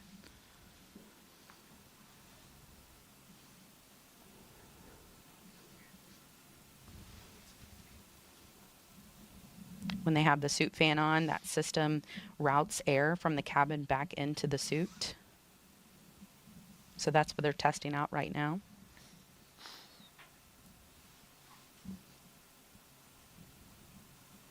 You can see Butch has some paper procedures in his lap. He will use paper procedures until they get up into orbit. And then once they get up there, they will have tablets they pull out with the rest of their procedures. They also have procedures strategically placed in a few other positions. They have a knee board with procedures, as well as they have a pretty cool arm strap that sort of looks like what a quarterback for a pro football team would wear, if you've ever seen that. It has a laminated flap on it, and they can put procedures in there so they can just look down at their arm.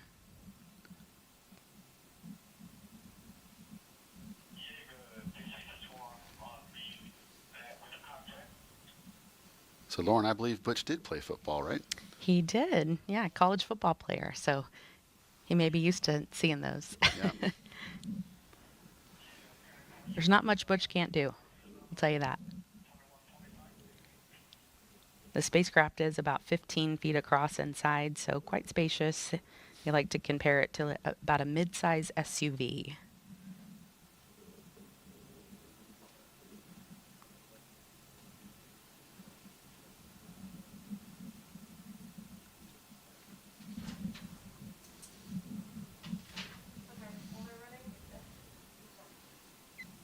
One of the tests that will be happening once they get up to the space station is called the Safe Haven test, and it's one of our flight test objectives.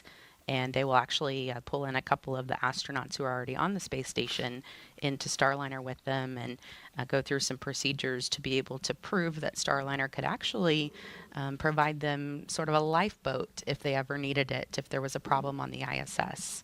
So we'll get a chance to see probably about 4 astronauts in there during that time.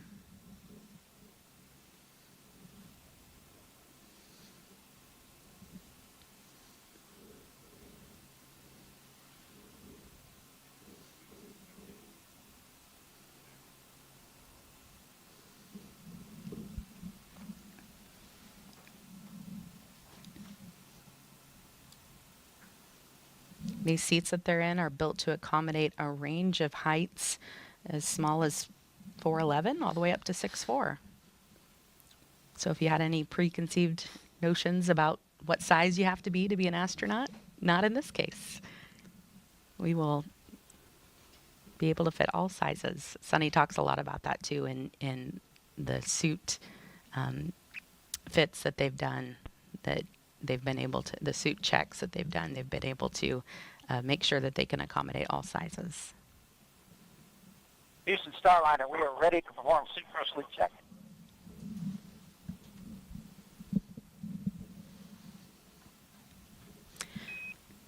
Starliner Houston, we copy, ready for suit gross leak check, CDR, we're ready. All right, so that call there for the suit gross leak check, that is to check for any leaks in Butch's spacesuit. Now, the word gross is used in this situation to mean any significant or easily detectable leak that could compromise the integrity of the suit. It sounds a little funny, but it is a word that we're very used to in spaceflight. They'll be able to tell pretty quickly if there was a leak in the spacesuit. Once they inflate it, those pad team members will push on their arms and make sure that there's no air coming out.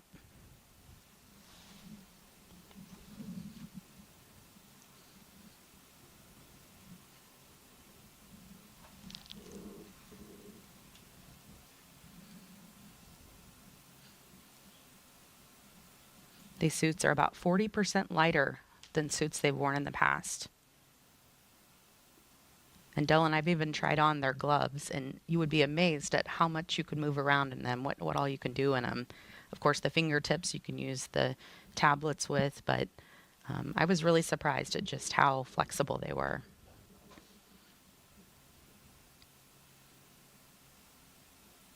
It's starting to get darker over Space Launch Successful Complex 41. leak check on CDR. Houston copies a good gross suit leak check on the CDR, thanks. Good gross leak check. Good news there. You know, Butch is a former flight test instructor at Edwards Air Force Base. He has a Master of Science in Aviation Systems. So let's listen to a little bit more on this retired U.S. Navy captain and CFT commander, Butch Wilmore.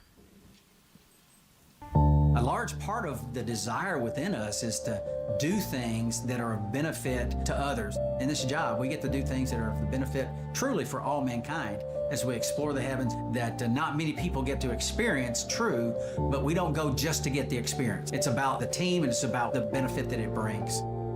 My name is Butch Wilmore, and I am the commander for NASA's Boeing Crew Flight Test Mission to the International Space Station. Life in Tennessee, God's country, that's where I grew up. Very fortunate, had loving parents, took us to church. When I was young, 7 years old, I believe, they bought a little land out in the country, 6 acres or so. We had horses and cows, and I raised chickens and ducks, and just enjoyed life in the country. I went to Tennessee Tech, started working on an electrical engineering degree, and played football, which was a very difficult combination, I learned, because they're both full-time jobs. So it was a lot of effort over those years, but it molded me and it helped instill the work ethic my parents had instilled in me when I was younger. I entered the Navy and was fortunate to fly the A-7E. It's a single-seat attack aircraft, and I flew that for a couple of deployments. And then I transitioned to the F-18 Hornet, and through that process, I was selected in the test pilot program. You learn a lot about yourself as you go through test pilot school, where you're lacking in certain capabilities that are necessary to do a test pilot type of job. When it comes to flight test, the minute details matter. When we're doing our runs, hey, well, let's run it this way. Let's do it that way. Let's add this in. Let's take that out. And let's look at it in that regime so we can see how the spacecraft responds. And that's what you do with aircraft, that's what you do with spacecraft, and that's what this test is all about. This crew flight test is a series of these various tests to ensure that the operational requirements and the design meets those requirements. And I think everybody that does flight tests would agree. Focus, understanding, and also the team coming together to give you the overall understanding of the test and the capabilities of the spacecraft or aircraft that you're testing is vital. Sitting in this seat over here in the Starliner sim and doing the things we've done and learning about the spacecraft, developing a lot of the capabilities of the spacecraft, it's very humbling when you see and you interact with some of these professionals, and our human spaceflight and our nation has a debt of gratitude to them. Every single training evolution we have is brand new. We're the first to do it. Whether it is checking the survival equipment in the pool with a mock-up of the spacecraft and how you egress, get out of the spacecraft, whether it's the side hatch or the upper hatch, while the seas are rough and all those type of things. There's a thought of how things should be, but then there's the reality of how things need to be. And that's what this test is all. Everything we do is test. It's been a process over years that is such a benefit in all aspects of the capabilities of this spacecraft. And we're excited to be a part of it. We are excited to be a part of it as well. As they are starting to finish up with Butch, one of the things that was really important to him was to take the name tags of every single one of the pad team members up to space with them. Now, this is a tradition that dates back to shuttle, but typically they would take just 2 name tags, the 2 folks that are working with them there in the spacecraft, but something he really wanted to do was take the name tags of all of them. So pretty special honor for those folks in the pad team. Now, Dylan, what's been going on with ULA as we've been focused here on the crew? There's a lot going on in the background. Well, Lauren, that's right. So there's a couple of things going on down in the control room. As there has been some conversation on the net that folks would have heard, the propulsion team is actually active, kind of maintaining the propellant levels in the cryogenic propellant tanks, and that'll continue right up until we enter the terminal count. Our avionics testing is all complete for the day, so it's relatively quiet on avionics row at the moment. The launch conductor and his team are going to be listening very closely to all the activities on the pad, and we've heard some of that communication between LC and the blue team lead as they report back and forth on the activities that are up on the crew access tower right now. And as part of that, the ULA and the range safety team are also monitoring all of the activities as well with a keen eye on safety. So the team is staying busy downstairs, and but for the most part, from a rocket processing perspective, the rocket's fully fueled and ready to go. So we'll just be waiting on loading our our crew today, and then once the Starliner is all closed out, then our team will pick back up with those final preparations for launch. But for now, for the most part, the ULA team is kind of just in a monitor mode, just maintaining readiness for our instantaneous window today. And for anyone who may be just joining us, I just wanted to let you all know at home, we are wearing headsets and listening to a lot of the chatter that's going on in the background. So you are hearing some of the public communications that are going across the loops, but we're also hearing some other things through our headsets. So it's our job to listen to those things and be able to translate them to you as they happen. So again, we are watching Commander Butch Wilmore get ingressed or entered into Starliner, and we are watching the pad team go through some of those procedures. One of the things I really wanted to mention about the seats is, some people might not realize that they're actually sort of laying on their back in this position, and Suni tells a story about it, that, they were both on shuttle, and shuttle landed with them sitting in sort of like a chair, like you would sit in a chair, and that, they studied the impacts over the years, and that it actually is safer and more comfortable to land on your back. So that's why they're in this position. Of course, once they get up into space, it won't make a difference, of course, but they are on their backs right now. So it looks like we are starting to see Suni make her way into Starliner. So to walk you through her procedures, we will send it back to Megan, Dee, and Nicole. Thank you so much, Lauren and Dylan. So as she said, we now see Suni inside Starliner. She is to Butch's right. So Butch is closest to us on screen here, and then to his right is Suni getting into the pilot seat. And Nicole, she's actually getting in a lot earlier than we were expecting. Actually, the pad team has until an hour and 55 minutes before launch to finish ingressing both crew members. And look where we are. Suni getting into her seat 2 hours 27 minutes before launch, and crew ingress usually for each person takes 15 to 20 minutes. So really, all the math that I just said means they're ahead.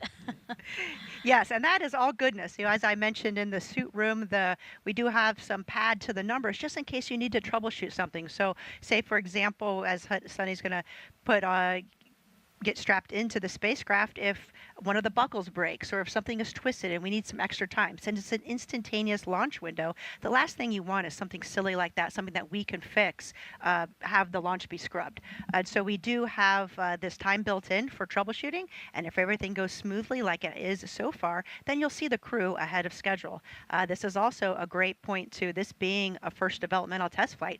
This is the first time we're running through these procedures in a real spacecraft on a real launch day. So we'll learn a lot, and in the future, when there's more than 2 people on the spacecraft, we'll be able to recognize some of those efficiencies.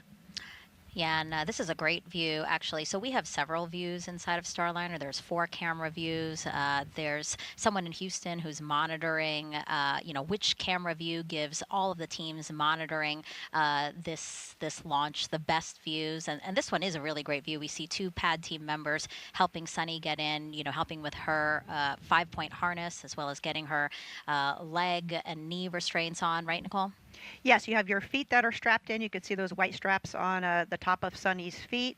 You're also going to have your knee board strapped in. You want to make sure that all of your comm is connected properly, and then they will do comm checks with each other as well. And you can see on Butch's left knee there, he has those paper checklists. Those are also tethered down. And so every, through many hours, hundreds of hours of simulation, you figure out what works for you, exactly where you want everything. And so it's important on day of launch that you have everything set up just as you have trained. Again, the astronauts Suni going through the same procedures that Butch just went through. Also, something that we'll see them do are reach checks, right? Because we are buckling them down so that they're comfortable and safe, but we need to make sure that they can reach all of the things that they need to reach during their flight. Absolutely, and of course they've done that in training and on mission dress rehearsal, but again, you want to double check. And day of launch, you want to make sure maybe if you have something snagged that's going to hinder your reach, that could affect the mission. So we go through all those final checks one more time before the launch countdown continues. And coming up soon, so that we all know to look for it, we expect Suni to reveal their zero gravity indicator. Usually it's a soft toy a crew picks to fly with them, and once that toy begins to float, it's a visual indicator, right, that they have reached the weightlessness of microgravity, because we just said they're buckled in and really nothing else should be floating around except for that zero gravity indicator. Yes, it's a great way to show that you've reached microgravity. Unfortunately, the camera views for Starliner when it's in free flight will not be transmitted back down to the ground real time. They'll be recorded, but not real time back down to the ground. So Suni will introduce this here on Earth. And what we're showing you now is a kind of toothed whale, and that's a male narwhal.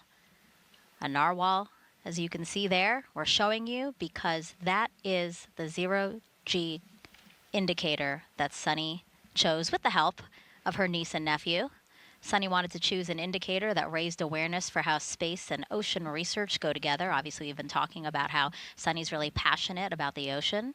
So, and again, after all, space and the ocean really do go together because space gives us a very unique vantage point of our oceans. So this particular narwhal toy that you saw Suni holding in that picture coincidentally was named Calypso, which happens to be the name of today's Starliner spacecraft, which Suni named in 2019. And she named it Calypso to pay homage to the explorer Jacques Cousteau.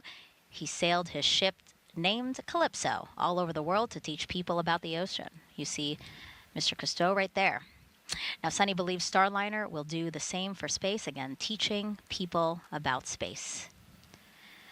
And remember, Suni wasn't supposed to fly on the spacecraft. She was initially assigned as the commander of Starliner 1, the first post-certification mission, as we've been mentioning, but she was later reassigned to CFT and feels it's an honor to fly on the spacecraft she named. So really, the stars all aligned for her to be on this flight test today. She did. I think that's very special. I remember we were there all for the OFT landing when Butch revealed, or when Suni revealed the name Calypso. Yep, back in 2019. So look out for that zero gravity indicator. She had it in one of the bags that they're putting onto her. And so at some point when she's settled into her seat there, she will take it out, and then one of the pad team members will tether that indicator somewhere to the spacecraft again so we can see it free floating when they reach microgravity. And they have quite a few bags and satchels that are on their legs. Their right thigh pocket is a blue pocket, and then there they'll have any type of anything they need to get to in flight. So any medication or maybe a tissue or pens and pencils. And then they have a gray bag that's on their right shin pocket that has their emergency equipment, some food, emergency water, a whistle, a signaling mirror. And then on their left shin pocket, they'll have some personal items and their glasses if they need them, as well as a dosimeter. And I want to go back to something you mentioned. You were mentioning the camera views inside of Starliner. So yes, we do have several camera views inside Starliner, and we will have those views all the way until launch. So we will get to keep our eyes on the crew all the way down to T0.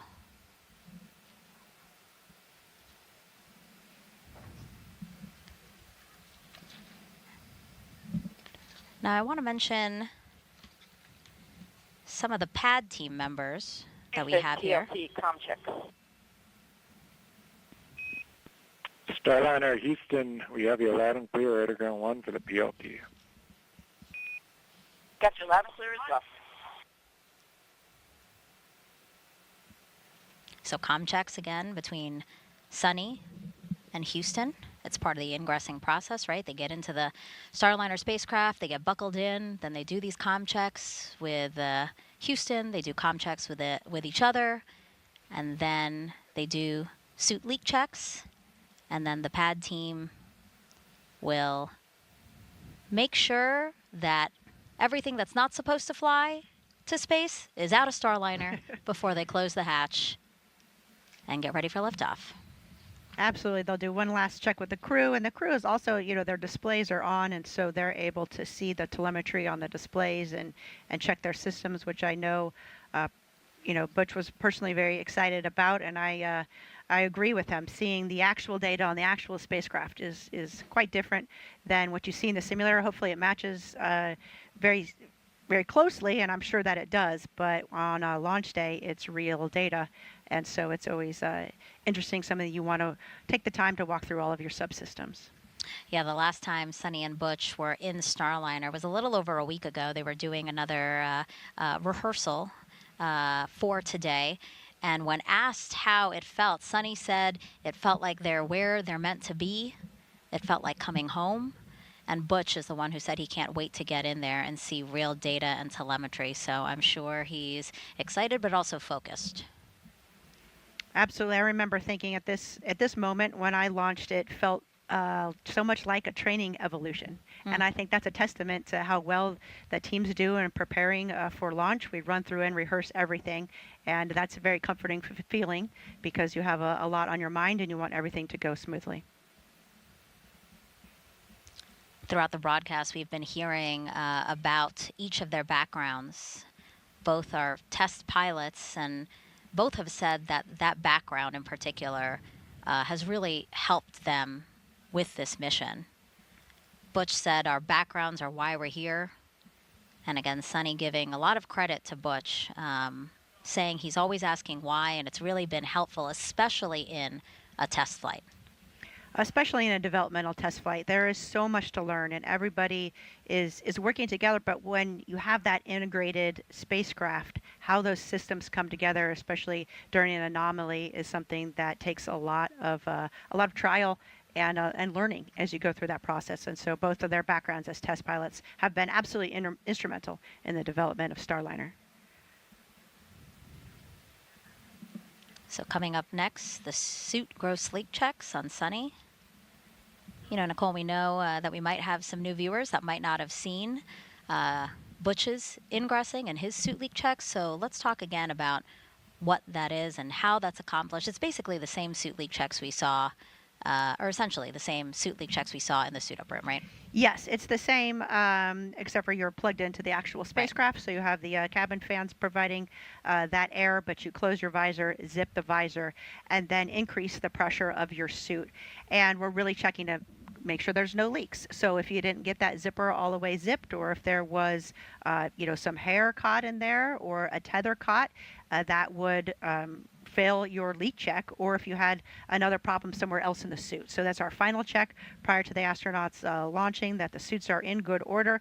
Again, they are there. The suits are there to protect them in the case of an anomaly. It will provide pressure and breathing air to keep the astronauts safe should there be a problem on board the spacecraft. Look at that beautiful shot on the left side of your screen there of a Starliner atop. PLC is ready to perform gross leak check.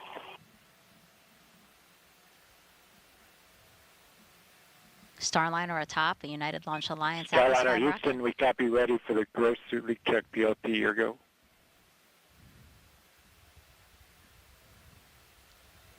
Okay, you can see Suni, she's closing her visor there, and she'll zip it closed, and then she has a little knob to increase the pressure of her suit, just a few psi, and then she'll pause to wait and make sure that her suit maintains good pressure before unzipping her visor and proceeding with the ingress.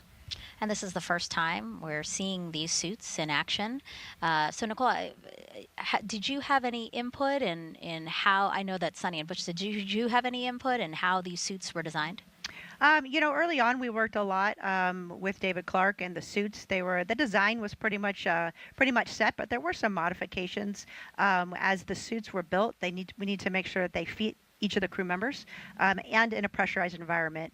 And so there were some adjustments that David Clark went back and made on the suits to make sure that we had still the ability to reach everything when the suit was pressurized, and also some work on the zipper. As you can see, the zipper is a critical component there at the helmet. You need to make sure that it's zipped, so we need to be able to visually confirm that it's zipped, be able to hold on to a tether that's on the zipper, and that the zipper is strong enough, and then we have a proper technique for zipping that helmet.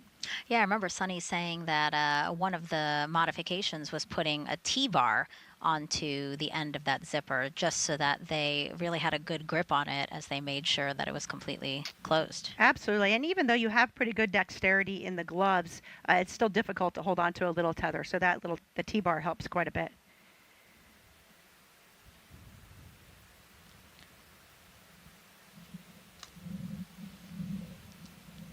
Sunny is, of course, a retired U.S. Navy captain and Boeing CFT pilot.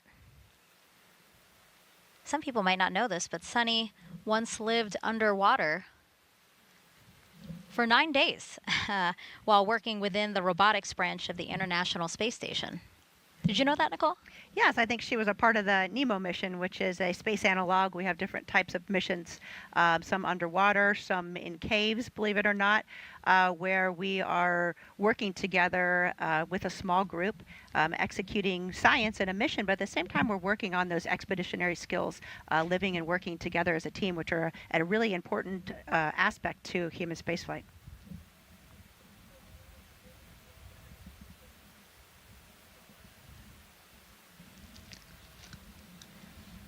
Check of the clock, 2 hours, 13 minutes and counting until liftoff of NASA's Boeing crew flight test. Again, just want to spend another moment to call attention to the left side of the screen here and just that beautiful shot that we have of Starliner and Atlas V. Thank you for bringing it up full screen because it is really a great shot. Nicole just turned around. It's directly behind us here at the host desk. Just to take this moment in. It's absolutely beautiful. Sunset happening just about 20 minutes ago here on Florida's Space Coast.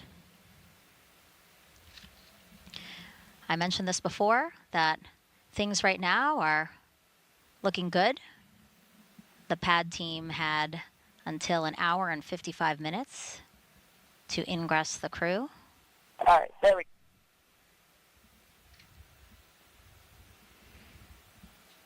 We just heard that comm communication from Sunny there. Looks like she was maybe troubleshooting a little something there with her suit. And so, again, that's why we have some additional time built into the schedule so that any type of issue, we have time to work through that and we don't feel rushed really in the process. You know, you want to make sure you have everything right. Safety is at the forefront of everybody's mind.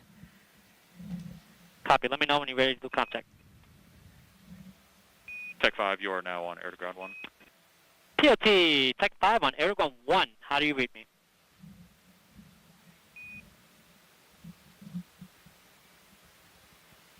Okay, I do not hear you. Do you hear me? Contact.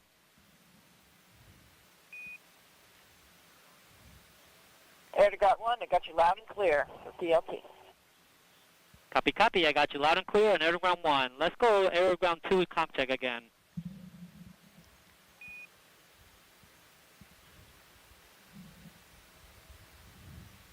Tech 5.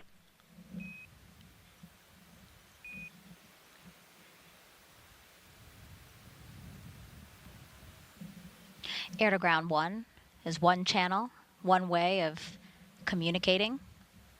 Air to ground 2 is a secondary line as well. Again, you've heard our commentators mentioning that they're monitoring, listening to the launch teams who are working this mission.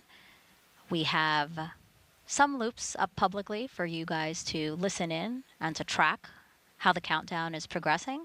And then there are some other side channels that a lot of work is also done in the background as well. PLT, gross leak check is complete. Starliner, it's Houston. We copy gross suit leak check complete on the PLT, and I have you loud and clear, Sunny, here on air to ground 1. Okay, I got you loud and clear as well. All right, 2 good call-outs there. Successful communication check with Houston between Sunny, as well as a good check of her suit, making sure that it holds pressure as expected. L minus 2 hours, 10 minutes.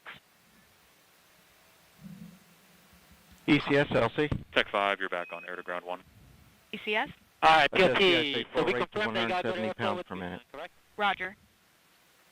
PLT, you can open your visor now.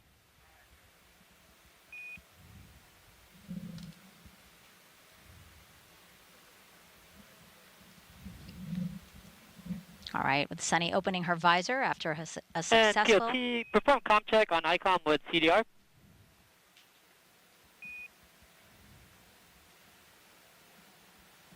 That's a command to do a communication check between Sunny and Butch. And while they do that, why don't we hear more about Sunny's journey to this moment right now?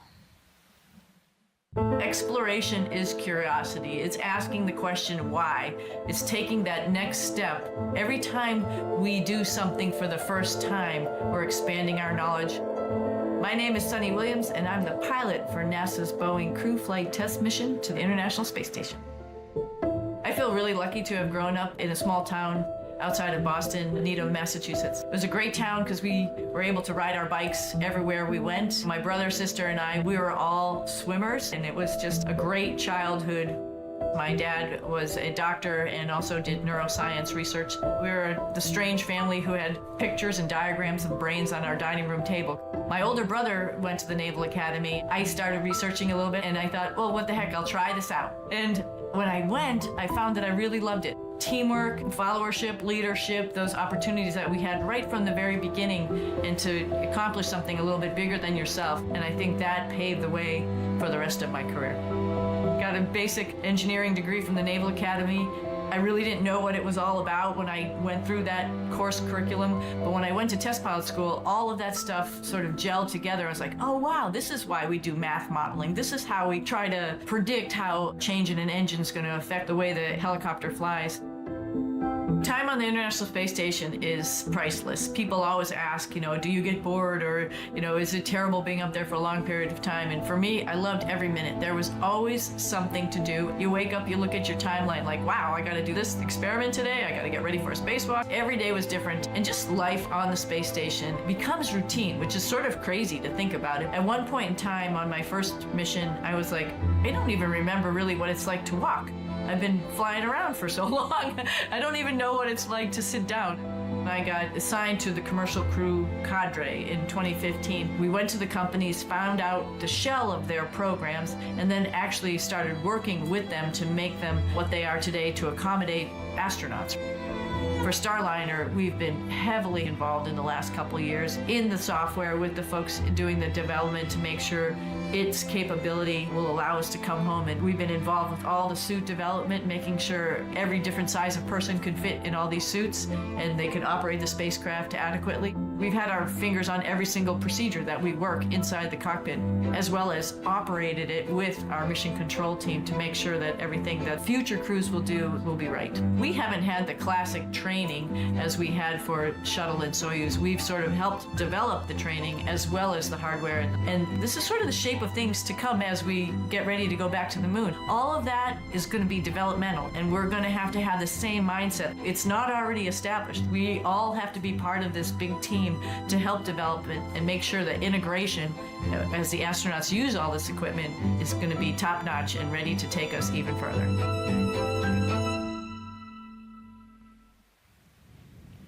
2 hours, 6 minutes and counting until liftoff of CFT. Both Butch and Sunny inside Starliner, which is sitting on top of a United Launch Alliance Atlas V rocket at Cape Canaveral Space Force Station's Launch Pad 41.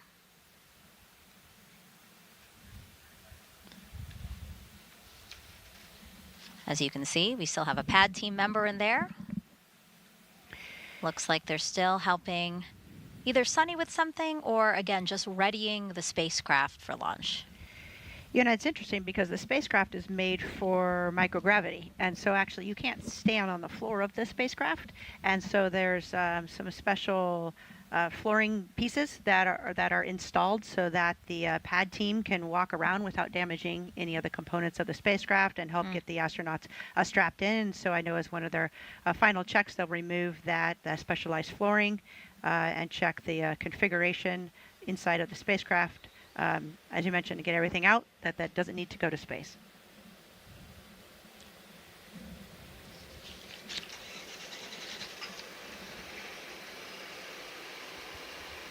Oh, there it is. It looks like they have taken the narwhal out, and they are finding a place to tether it. Maybe I'm just imagining it because I can't really see Suni's face, but she looks happy to see the narwhal out. Again, a special zero gravity indicator that she picked with her niece and nephew. Pad, you are now on air to ground 1. Copy. Starliner crew, is there anything else you need help with before we leave and close the hatch?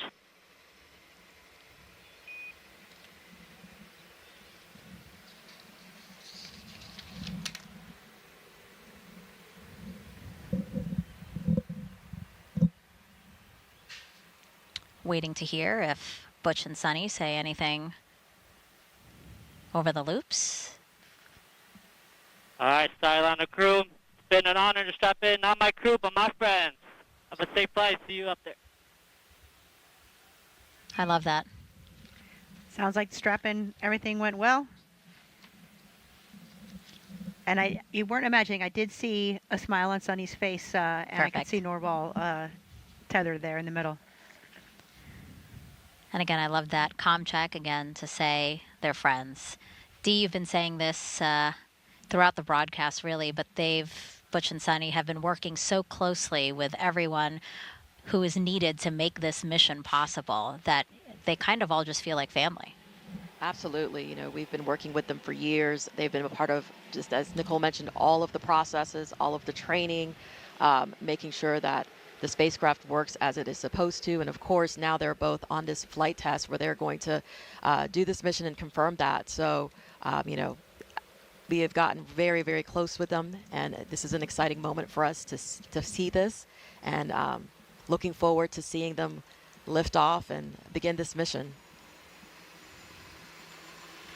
You know, it's interesting because you think of, you know, Butch and Suni, of course, are the astronauts on top of the rocket right now and the ones going to space, but they really do represent, you know, that huge family of NASA and Boeing and everybody that's worked so hard to get to this point. Go ahead, AC. Okay, evaluating the SRV, we're most likely getting above the call cycles of this valve.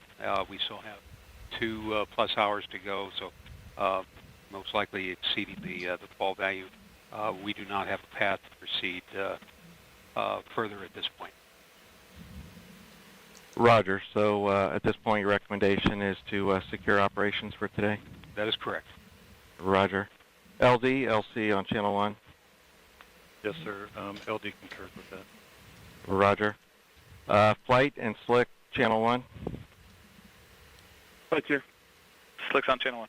Yeah, Roger. So the engineering team has evaluated the vehicle is not in a configuration where we can proceed with flight today. So we're going to initiate our scrub and recycle operation. Roger. Flight copy. Roger. And if you're just joining us, I'll look at the clock Well, here. personnel, this is LC on channel 1. Let's turn to page 187, scrub crew egress operations.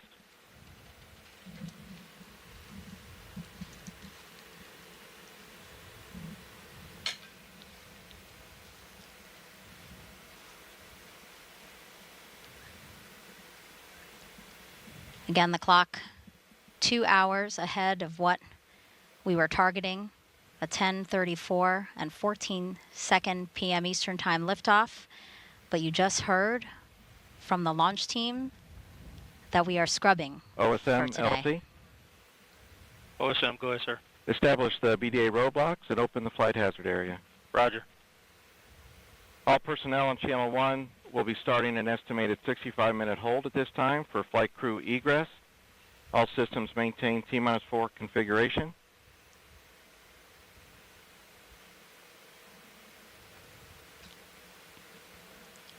As we hear some communication between team members, let's get it over to ULA's Dylan Rice to walk us through what we know so far and what we can expect moving forward today.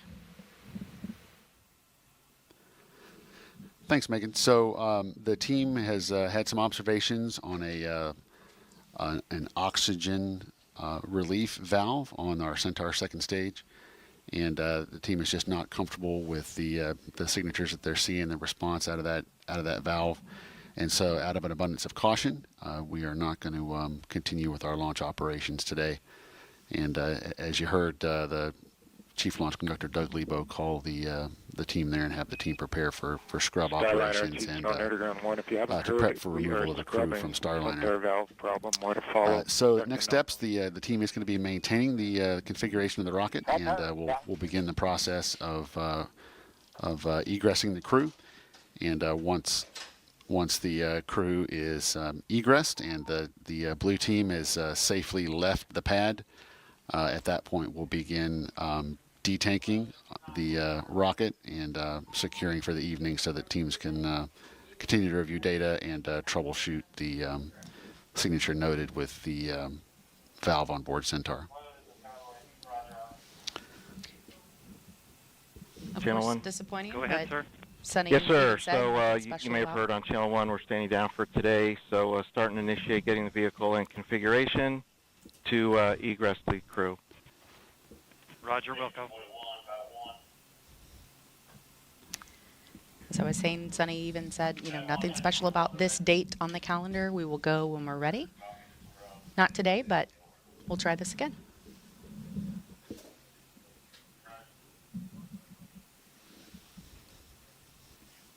So a lot of what's going to be happening now is sort of what we've seen happen up to this point, just in reverse.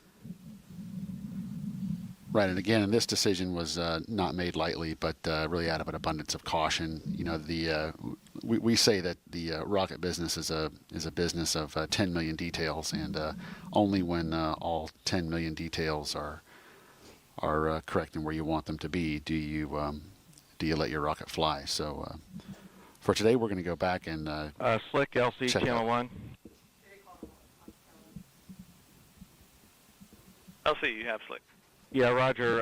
So I'll rely on you timing-wise to let me know when you're ready for the CTV convoy to return to pad. Yep, I was working that right now. Roger. So again, for now, we're going to be maintaining the configuration of the launch vehicle until the crew and the blue team have exited the area, and at that point, we'll begin detanking and securing the launch vehicle for the evening. So for now, I think we'll turn it back over to Megan at the host desk. Thank you, Dylan.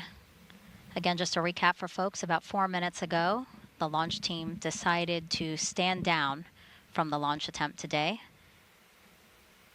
Dylan noting for us that the ULA folks and the launch team, they decided to, out of an abundance of caution, to stand down because they saw something off nominal with an oxygen relief valve on Centaur. So right now we are looking live inside the White Room, where the pad team will begin procedures to help the crew out of Starliner, out and down the crew access tower. And then we also heard that plans are in place to return the Astrovan to the pad to pick up the team and return them to astronaut crew quarters. Now, Nicole, walk us through what we expect to see. There are obviously procedures in place for this exact thing, if needed. Absolutely, and this is trained and rehearsed multiple times as well, and so ULA will make sure the rocket is in a good state, and they will follow their procedures. As far as the crew specifically, since the hatch wasn't closed and ordnance wasn't armed, it's quite simple for the crew. They'll wait for some callouts to make sure that the spacecraft's in a good config. That will be putting the comm, demerging the comm channels, transitioning back to ground power, and making sure that the prop system is all secured. And then the crew will egress. They'll pretty much do exactly what they did to get in, but an opposite with help of the pad team. Okay. Do you know how long we expect that to happen? Is this a long process, or for the most part, this is pretty easy once we know it is safe for them to start getting out? Once the rocket, we know the rocket's in a good config and they give the go, it's relatively quick to make sure that. RLM-11. Go ahead. RLM line items disabled for red line report. Roger. P&E 2, LC. Go ahead. Secure CEC and activate safing purge. Roger. And you hear the FTS, LC. FTS. Secure RF FTS and GPS metric tracking. Roger. That's the comm there from ULA. They are following their specific, procedure, and it's really just true professionals executing the scrub on the ULA side, as well as Boeing. CEC secured and saving purge active. Roger.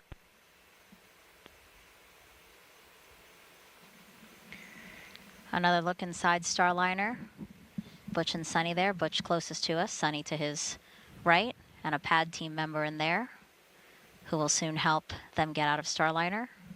Nicole, you were saying, you must know how they might be feeling right now. You're close with them as friends and also as a fellow astronaut. Absolutely. I mean, I think, of course, a natural human reaction is a little bit of disappointment. It's a very exciting time, and we all want to see, this spacecraft launch. But at the same time, it's a deep sense of appreciation that the team is doing the right thing, that they are checking all of the instrumentation, that they are able to identify something that's off-nominal, because the last thing you want to do is deal with something like that in space. And so when we identify something like this on the ground, we see that as a big win. We avoided a potential problem by identifying it early, and yep, the wool scrub. This is something I think as an astronaut you train to multiple times, and you're prepared for that as well. It's important that you keep your head in the game, though, because potentially they could launch tomorrow, depending on the findings of this investigation. And so you maintain your focus.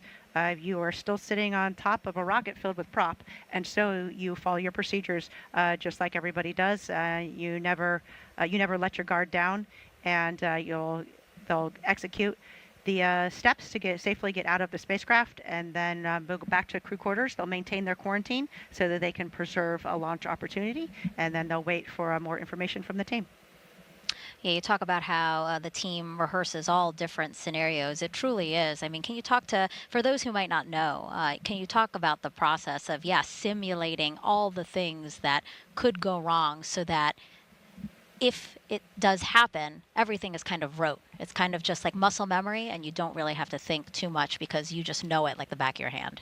Absolutely. That is the most important part about being well trained. And it's not only the astronauts, it's the entire team. So you see that the pad team knows exactly what they need to be doing. You can hear the comm from ULA. Everybody at their console has specific responsibilities and steps that they need to take. And each member of the team is critical to make sure that we're successful in these type of procedures. And we train to them in simulations, scrubbing, and pretty every contingency that we can think of, we will actually run through.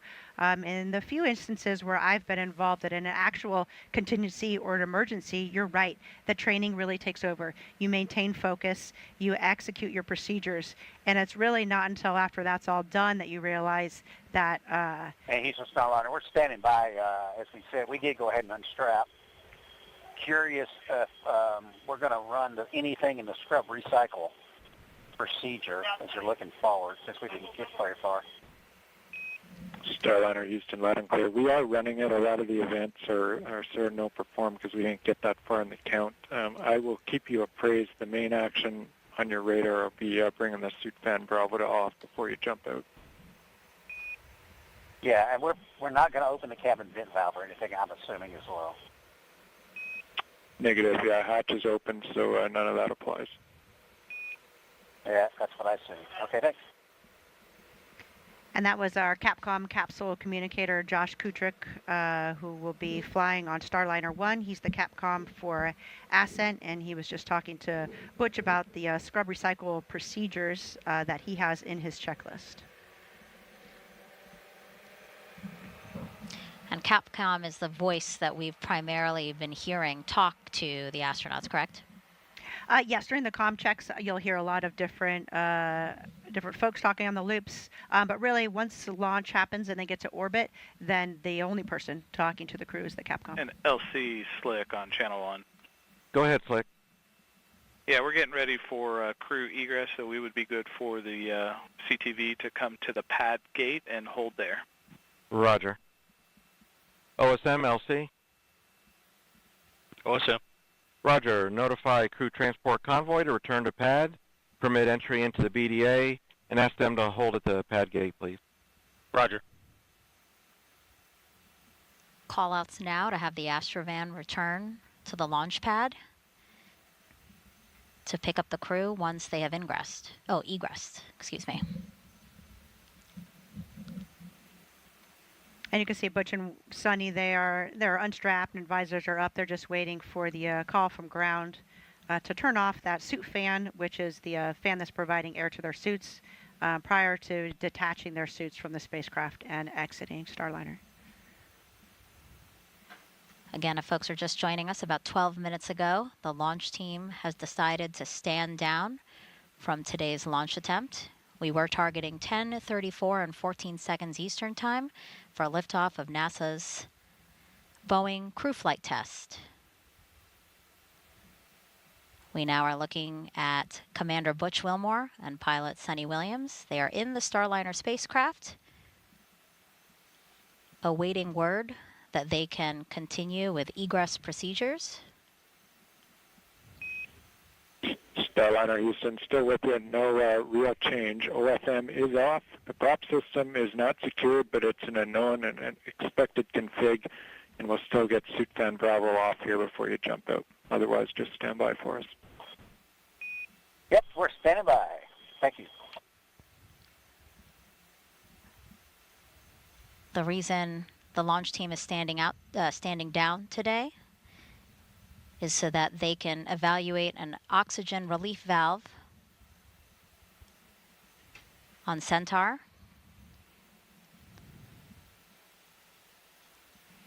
That's the second stage of ULA's Atlas V rocket.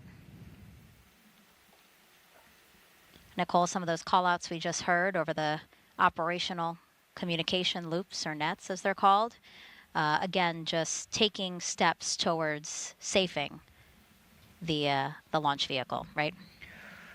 Yes, ULA is working towards making sure the launch vehicle is in a good config, and then Mission Control is focusing on Starliner, the spacecraft itself, to make sure that the systems are in the proper configuration before the astronauts exit the spacecraft. And I think you heard the call there from Josh that the final thing will be to turn their suit fans off.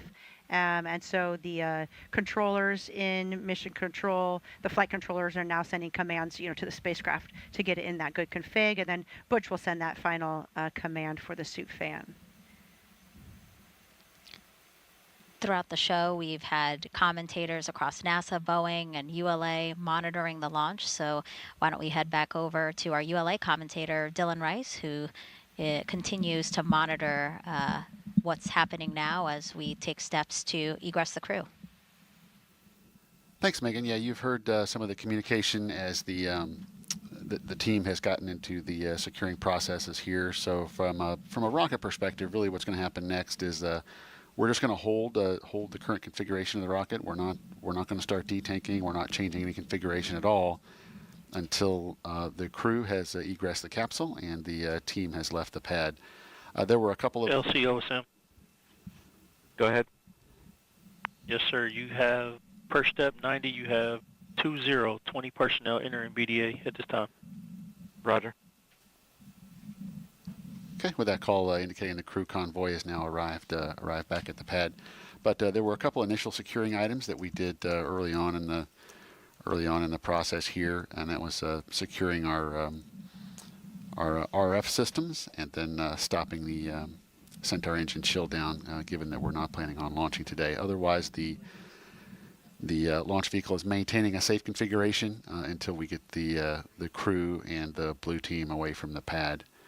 And in a situation like this, if we see any data signature that is not something that we have seen before, then we are just simply not willing to take any chances with with what is our most precious payload. So we're going to take a step back, go review that data, go understand why this signature is different from what is in our previous experience base, and then we'll take whatever action required before we reattempt a launch.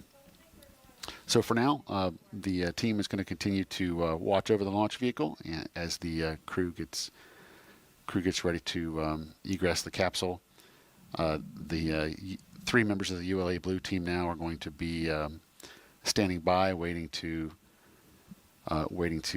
secure the White Room once the crew has egressed Starliner, and then at that point we'll close Starliner up and begin our detanking. So in our planning and in our practice runs, that whole process takes just a little over an hour. So we're I believe we're approximately 15 minutes into that time now. So very shortly we'll be seeing the astronauts egress the capsule and then make their way down the crew access tower back to the van and back over to the ONC for the evening.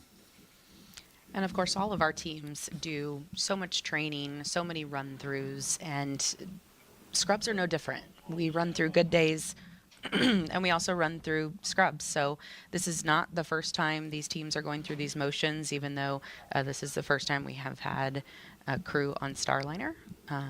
So they will be going through their procedures for this scrub. I think we saw just a second ago some of the pad team members flipping through, and they're going to be leaving everything in the proper configuration for... And Houston PLT is egressing. I'm waiting on the suit fan call. Copy, we see it. We still got good video, and we will call you for suit fan Bravo. Thanks. Okay, up. All right, so Butch just waiting now while Suni gets out first. Just like we saw Butch go in first, Suni come in second. They'll go and Starliner, Houston, for CDR this time. We see you getting out. As soon as you are on your way out, you'll go to shut that suit fan Bravo off. Let us know when it's off. Welcome. And Suni making her way out of the spacecraft now. The pad team there to help her get out. You know, Lauren, just like we talked about when we started the built-in hold as we prepared to load the astronauts, this countdown has really been developed to support, you know, not only just 2 astronauts but 5, even 7 astronauts on Starliner, right? So the same thing with the egress procedure. When it comes time to pull astronauts out, the time that we've got allocated could support as many supports pulling a full complement of astronauts off of Starliner. That's not what we're doing today. We've just got Butch and Suni on board, and so you know, it is possible that we'll be moving much more quickly into our scrub detank operations. But for now, we have got bookmarked that 65 minutes to get the crew off, but probably will not quite take that long, given that we're only pulling two people out of Starliner. And of course, this happened early enough in the countdown that the pad team was still there. We didn't have to wait for the pad team to return and help them get out.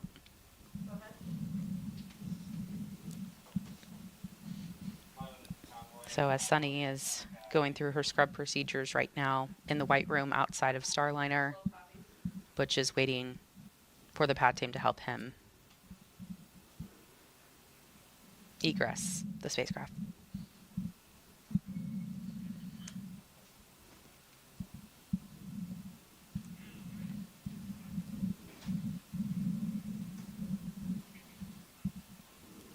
And again, these are contingency procedures that, just like the launch procedures, we have exercised these contingency procedures as well for launch scrubs and having to come down off the tower and head back to the ONC. So nothing new to this team. This team has been through these procedures, and they're very well understood. LC Slick on channel 1. Go ahead, Slick. Hey, looks like CDR is out. We're going to go do a few things, but we'd be ready to do comm checks with LC on the OSC radio here in a minute, and we'll get the CTV up to the base of the cat. Roger. You see Butch is now out of Starliner, back into the White Room as they start to detach some of those items that were on his spacesuit. You know, that previous call we just heard as well, once the astronauts are out of the capsule and the blue team is complete up on the tower, they're not in complete communication, via the hardline communication systems like we've been talking, nets and loops all evening long. So that previous call there was to establish a comm check with the chief launch conductor via the walkie-talkies. So we do have the walkie-talkies available for those periods of time when we're not actually on the hardline communication system. So they'll be executing that comm check shortly. And again, that's per one of our contingency procedures. We have got plans in place to address most problems that come up, and that is one of them. That just make sure your walkie-talkies work before you unplug yourself from the hardline communications systems. And again, those walkie-talkies allowing the team to communicate with the team in the field to communicate with the team back here in the Launch Control Center as they're driving out of the pad and over to the fallback area. The Astrovan will be there shortly to pick them back up and take them back over to crew quarters. If you are just joining us, we were supposed to be about an hour and 38 minutes away from launch right now, but the teams have decided to stand down today. That's why you see the astronauts in the white room. They were strapped into Starliner, and we have just been going through procedures to get them back out of Starliner and soon headed back to crew quarters.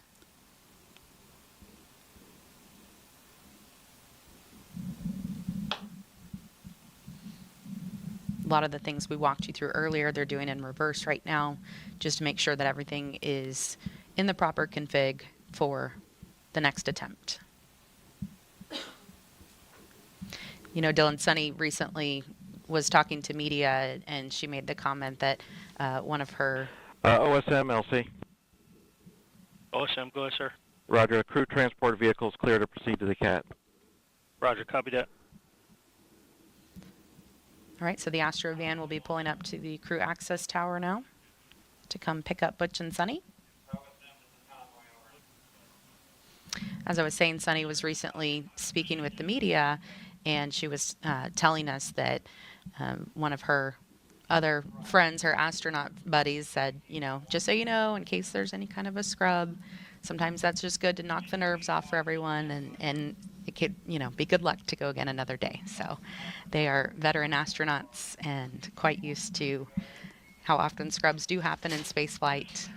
You could see they're laughing there on the left of your screen, so they're in good spirits. Of course, these days are, disappointing for teams, LC but Slick on channel definitely 1. not Go ahead, something. Slick. We're ready for the flight crew and support personnel to perform OSE radio comm checks and to proceed to the ground level. They'll exit the white room and give you a call. Roger. And Lauren, as test pilots, they're very familiar with contingency procedures Yes. as well. Because when you're testing a new system, obviously there's always going to be some findings, some of them more significant than others. But either way, the test pilots would be in a unique position to expect the unexpected and to be adaptive, which I know both of them are. And with this being a test flight, even in a scrub situation, all the teams involved are going to be learning things. I'm sure Butch and Suni will have things to note. has arrived at the base of the CAT. Roger. The Astrovan is at the base of the crew access tower now. So as you see Butch and Suni having a conversation with the pad team there, I'm sure we will see them starting to head down momentarily.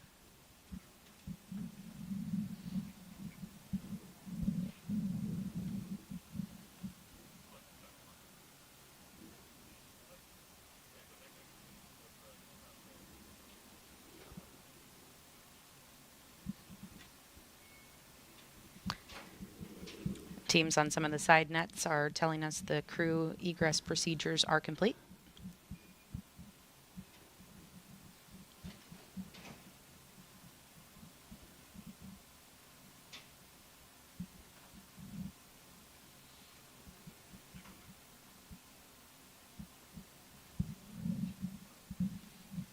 Suni getting some help with her helmet there.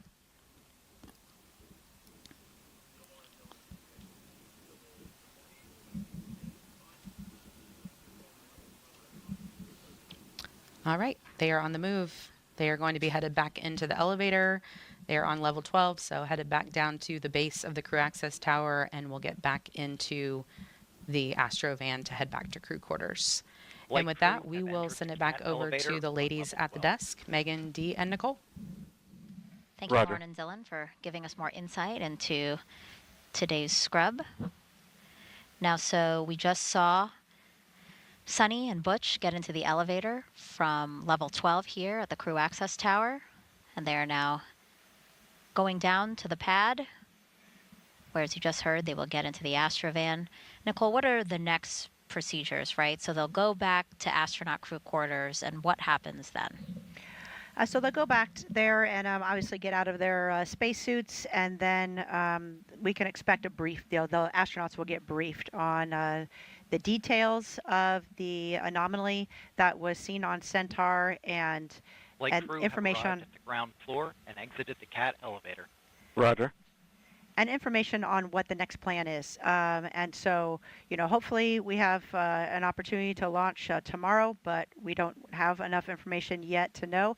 But the crew will plan on that, right? They have to always be prepared. And so they will follow their schedule as far as eating and sleeping and other, briefings that they need to obtain.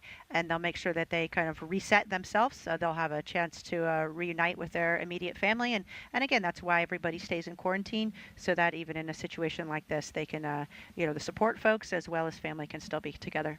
Yeah, everything is choreographed down to the minute. You were talking about their schedule because, again, since this launch is later at night, everything has to shift so that they're awake and ready for launch when it is. Yes, sleep shift is a big part of it, and even though we see this launch at 22:30, the astronauts have already been up for 5 hours, and once they launch and get to orbit, they still have a lot to do in orbit to test out the systems of Starliner, and so it's a very long day. It's important that they are well rested and ready to go. And now we see the Astrovan backing up away from the elevator that took the crew to and from level 12 of the crew access tower. Again, on their way to astronaut crew quarters inside the Neil A. Armstrong Operations and Checkout Building. This drive, again, will take about 20 to 25 minutes. Nicole, you mentioned that because of the scrub, they will have time to see their families again. That must be nice to have that opportunity to reconnect with them. I think it is. There's always, a ton of emotions associated with launch, and maybe you don't realize it at the time, but I remember talking to my husband and son after launch. Crew transport vehicle has exited the pad gate. Roger. And just a comment on how much just energy and excitement. And when you have all those emotions running through your body, it can be quite exhausting. So it'll be nice to have a chance to reunite with their family, as well as the astronauts and the other support personnel back at crew quarters. I'm sure they'll have a nice meal, which I know Butch always comments on the wonderful food and the folks that take care of us at astronaut crew quarters. And so we're thankful to continue to have their support, and then we'll be standing by for the next steps. Yeah, that's interesting and very correct of you to say that Butch, in the last few days leading up to launch, has been talking about how excited he is for the food here at KSC. So hats off to the chefs at astronaut crew quarters. Butch was looking forward to a meatloaf meal. I'm sure he had it before launch, and Suni was looking forward to eating some salmon. So at least they'll be treated to another delicious meal at astronaut crew quarters. And even, the folks all the way from the chefs to to everybody that keeps the crew quarters up and functioning, this has all been rehearsed and part of a plan. So all the contingency plans are laid out and in place, and now they just need to be executed. And you had mentioned that there is an opportunity to launch tomorrow. There's an opportunity to launch May 10th and May 11th as well. We say opportunities to launch because we just know the date and time is reserved on the range. Can you talk to us about that? Yes, an opportunity really means, from an orbital mechanics standpoint, as far as the spacecraft rendezvousing in a proper profile with the International Space Station, and range availability. That's all we know when we say a launch attempt. There's still a lot of other factors, weather often being one of the biggest ones, and then of course the status of the spacecraft and the rocket. Those are the status is unknown right now, and so we'll stand by for further information. And once we have that information, NASA, together with Boeing and ULA, will determine what the next launch attempt will be. So that's kind of the difference when we talk about a launch opportunity versus a launch attempt. Right. So I'll list, the backup launch opportunities we have, but again, these are just opportunities, as Nicole has been saying, and as well as Dylan. LC, this is FTS on channel 1. Go ahead, FTS. Yeah, step 50, RF, FTS, and GPS metric tracking is secured. Roger.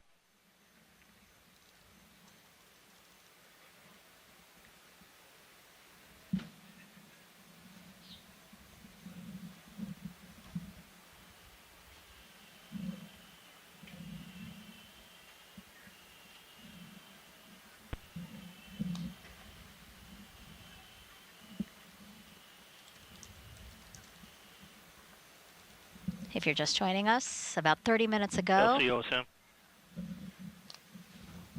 Go ahead. Yes, sir. 22 personnel have exited BDA area. Roger.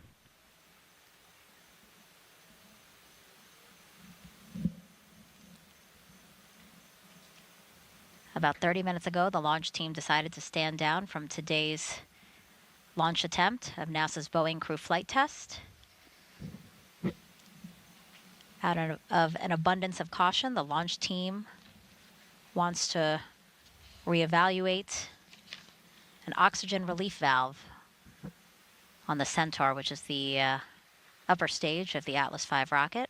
Right now on your screen, you're watching Butch and Suni and their full security convoy make their way from Launch Pad 41 on the Cape Canaveral Space Force Station, and they will make their way through Kennedy Space Center to make their way back to astronaut crew quarters. The ULA team will evaluate, again, that valve. And Nicole, you were saying that you expect the crew to get some sort of briefing as to what information the team might have to share with them when they get back to crew quarters. Absolutely. I expect that they'll get a preliminary briefing as soon as they get changed out of their flight suits or spacesuits, and with just the information that they have. And then they'll set a time for a follow-on briefing. Maybe that will be tonight, maybe it'll be tomorrow. It really depends on the situation. But it's important that the crew is aware of what the issue was, and that they understand the steps that were taken, obviously before they attempt another launch. We've been saying throughout the broadcast that Butch always likes to ask why. I'm sure he'll be very vocal as we make plans for a next launch attempt. Absolutely, and rightfully so, I think. The great thing is that we have a great team with Boeing and ULA and NASA, and so everybody will come together and talk about the anomaly and what they've done to address it, and then together we'll make a decision. They'll make a decision when it's appropriate to attempt another launch. And so it's really a team effort, and it's important that we have each member of the team looking at those different opportunities and looking at them from each different perspective. And again, we'll also be taking a look at the weather. So a lot of other factors that will roll into it.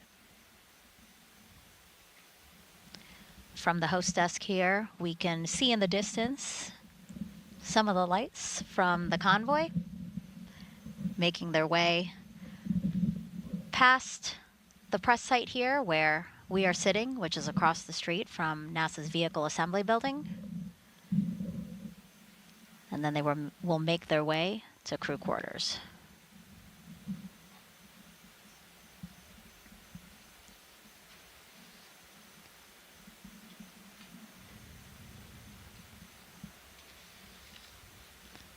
Nicole, you said again that this was all prepared for and thought of in case this did happen. And we did see LC1 very AC. quickly how ahead, everyone knew AC. what to do. Yes, sir. Talking with the Denver team and our team, we're probably going to want to do that troubleshooting that we had come up with on this SRV once we get the pad cleared. So I'd like permission to take that to 6 and get that discussed, get you a recommendation. Roger, please, committee nominee team provide a recommendation. I'd estimate at this time it'd be about 30 minutes. We'll be ready to start detanking. Sounds good. Thank you. Absolutely. Everything is rehearsed from what we call nominal operations, where everything goes perfectly smooth, to little issues, so that everybody's aware how to troubleshoot those and what their roles and responsibilities are, as well as a scrub, as well as major contingencies. We really practice all of those different scenarios so that the team is prepared. And I think you'll see, or you can recognize today how calm everybody was, and they're executing their procedures. Everybody knows that their role. And quite quickly, we talked about the situation. Butch and Suni were informed, decision was made, and then once they started the scrub process, they were actually outside of the spacecraft quite quickly. So really just a testament to the professionalism and the preparedness that we see from this team.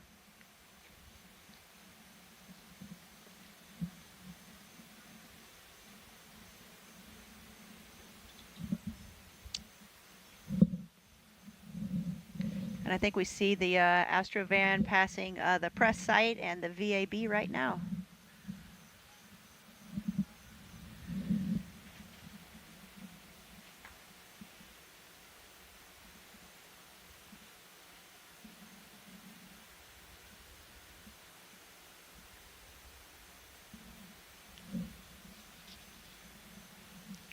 Crew quarters, probably another 10-minute drive from here.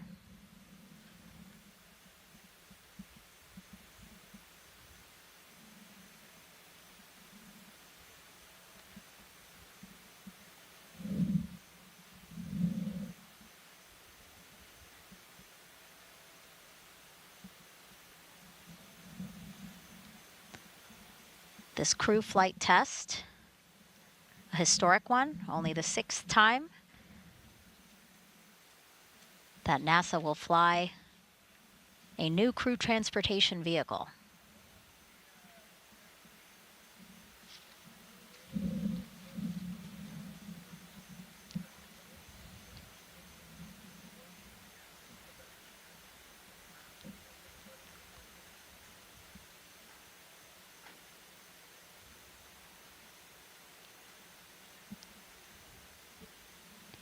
As you said, Nicole, I'm sure Butch and Suni might be a bit disappointed, but they know as veteran space flyers, this is part of the process. You know, everything has to be right, and a particular date and time isn't the final say at all. Oh, you're absolutely right.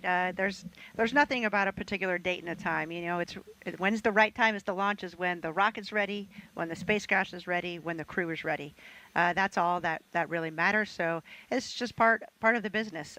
You know, we are literally launching humans into space, and it is rocket science. So it's not easy, and we just appreciate, you know, the professionalism of the team, keeping a close eye on all the instrumentation and identifying any potential issues early.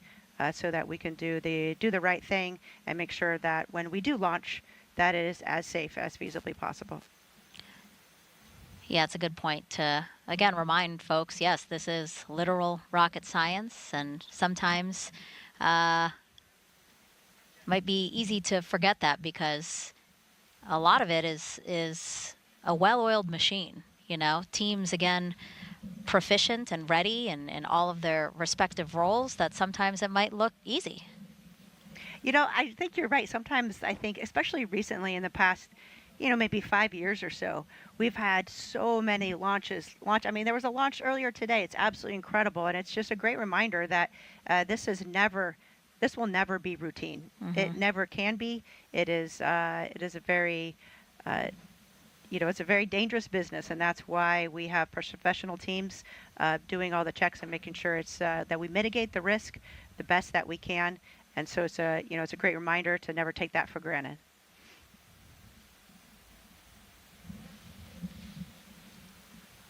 Anything you might want to say to Butch and Suni tonight? I mean, actually, do you plan to maybe have an opportunity to touch base with them, and what might you say to them? I'll shoot them a text, but I'm sure they'll be quite busy with seeing their family, and I'm sure that from their family and friends, you can imagine how many texts and phone calls they're going to get. But I think it's important that they maintain focus, and they know that too. So I think a lot of folks, especially in the astronaut corps, will kind of just leave them alone, knowing that they have a lot to deal with, a lot going on. They need to stay in the game because potentially they could launch tomorrow, since there is a launch opportunity. And I can just imagine Butch with a smile on his face saying, "Yeah, well, this is human spaceflight. That's the way it goes," and he and Suni thinking of this as just another great rehearsal for the entire team to walk through. And the next time they have an opportunity to walk out and ingress the spacecraft, you would expect it to go even smoother, and they're going to feel even more comfortable doing that. So I think that's the correct mindset to have. That's the best way to go about it. He actually just reminded me, Butch, in one of the recent interviews was asked, what do you think of setbacks? If there's a setback, what do you think of that? And he goes, they're not setbacks, they're steps forward. So as you said, another rehearsal, another opportunity to fine tune anything to make sure that the next time is even better than the last. Absolutely, and a great reminder that this is a developmental flight test. And this is, as you mentioned, we've only done this 6 other times in the history of humankind, and so it is a big deal. And every time we learn something and we overcome that challenge and we move forward, and that is a step in the right direction. That is progress. We're going to see the convoy turn left here in just a few seconds, and then it's a straight shot back to the operations and checkout building here at Kennedy Space Center, where the west wing of the 3rd floor, that is the astronaut crew quarters, a historic area of the ONC, where Butch and Suni will go back to for the night. And Butch and Suni have extensive experience launching. Obviously, each of them have launched twice to space, but they've also supported other astronauts launching from Kennedy Space Center multiple times. Butch specifically was a Cape Crusader back in the day, so he was, specifically a crew member that came out to support launches. And that's a lot of back and forth, and I'm sure he's seen a lot of scrubs and taken apart in successful launches and days when it's just not going to be our day to launch and you're going to come back and launch another day. So, he's seen it from the perspective of a crew member as well as the perspective of a support astronaut. In fact, Butch has flown the T-38 across the Gulf of Mexico 458 times. Oh, wow. And you know how I know that? He counts every time and tells us. Yes. Very meticulous. As a true naval aviator, yes, he's very proud of it. But it really just shows his extensive experience that he has in human spaceflight. Mm-hmm. And Suni too. Again, we've been listening to their backgrounds throughout this broadcast, and they both bring so much knowledge and experience to this moment. So, really honored to get to watch them take us through this developmental program and this flight test. And when they launch, it'll be really exciting to see. Absolutely, and you see their demeanor, right? They're very calm, cool, and collected, shaking hands with everybody, and that's what a veteran astronaut does. And they really set the example for all the astronauts and really, all humans, how to deal with a situation that didn't go exactly as planned. You do it just like Butch and Suni are doing here.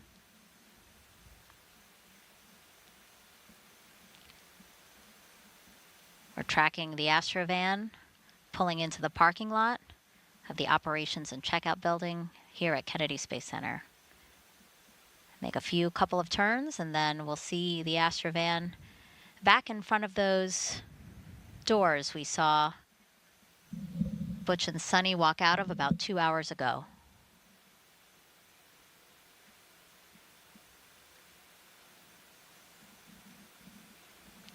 looks like we have a couple of NASA astronauts there for their arrival.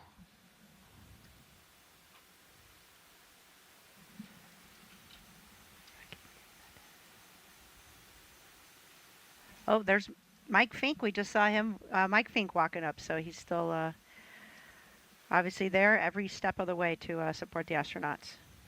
Yeah, after we saw him leave the pad in the Astrovan, Mike went back to the Boeing Mission Control Center here at Kennedy. It's the building we pointed out right next to the vehicle assembly building. And he was going to watch launch from there. So I'm sure after the scrub was called, he made a point to be back here to welcome Suni and Butch.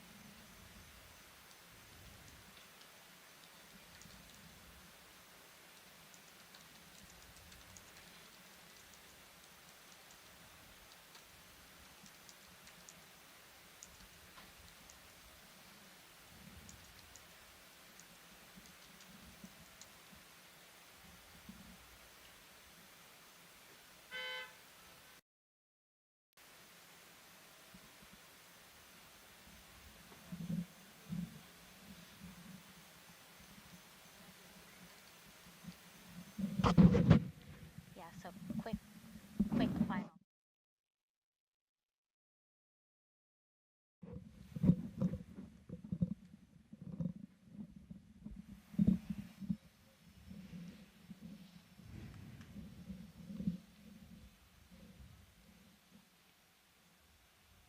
And if you're just joining us, welcome to Kennedy Space Center in Florida, where at about 8:34 this evening, the launch team decided to stand down from today's launch attempt of NASA's Boeing crew flight test. That was after the ULA team decided to reevaluate an oxygen relief valve that's on the Centaur upper stage. So that's the upper stage of the Atlas V rocket.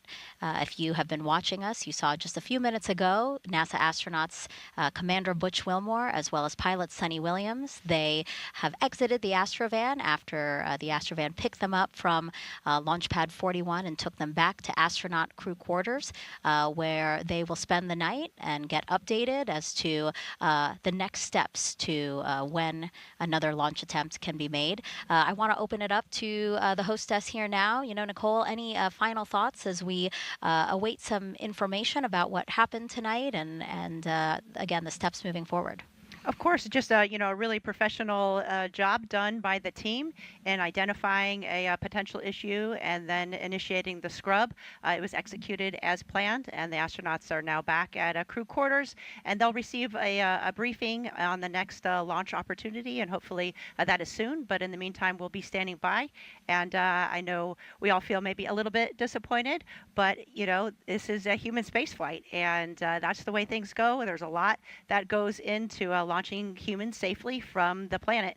And so I think that I just feel, thankful that this potential issue was caught early and that everybody is safe. And we're looking forward to another attempt soon. Yeah, well said, Nicole. And Dee, from Boeing's standpoint, anything you'd like to say?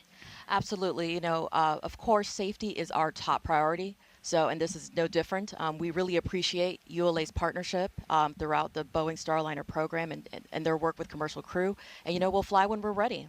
Right. All right, so with that, we want to pull up on the screen right now the link to the Commercial Crew blog, and that is where we will post the latest information about an upcoming press conference that we do plan to have. We do want to be able to share with you what we do know about the reason why we stood down today from launch. So again, take a look at your screen, blogs.nasa.gov/Boeing crew flight test. Again, that's where you can go to find out when we will have that press conference, which will be on NASA TV. So again, you are watching NASA TV right now, so this is the place where you'll be able to watch that press conference. We're aiming for about an hour or so. But again, we do want to give our teams as much time as they need to gather the most accurate and timely information they can for you. And again, we will share that at that upcoming press conference. But for now, again, we want to thank you so much for sticking with us and watching our live coverage of the first launch attempt of Boeing's crew flight test, NASA and Boeing's crew flight test. But until then, and that press conference, we hope to see you on there for more information about when we can next launch. Have a good night.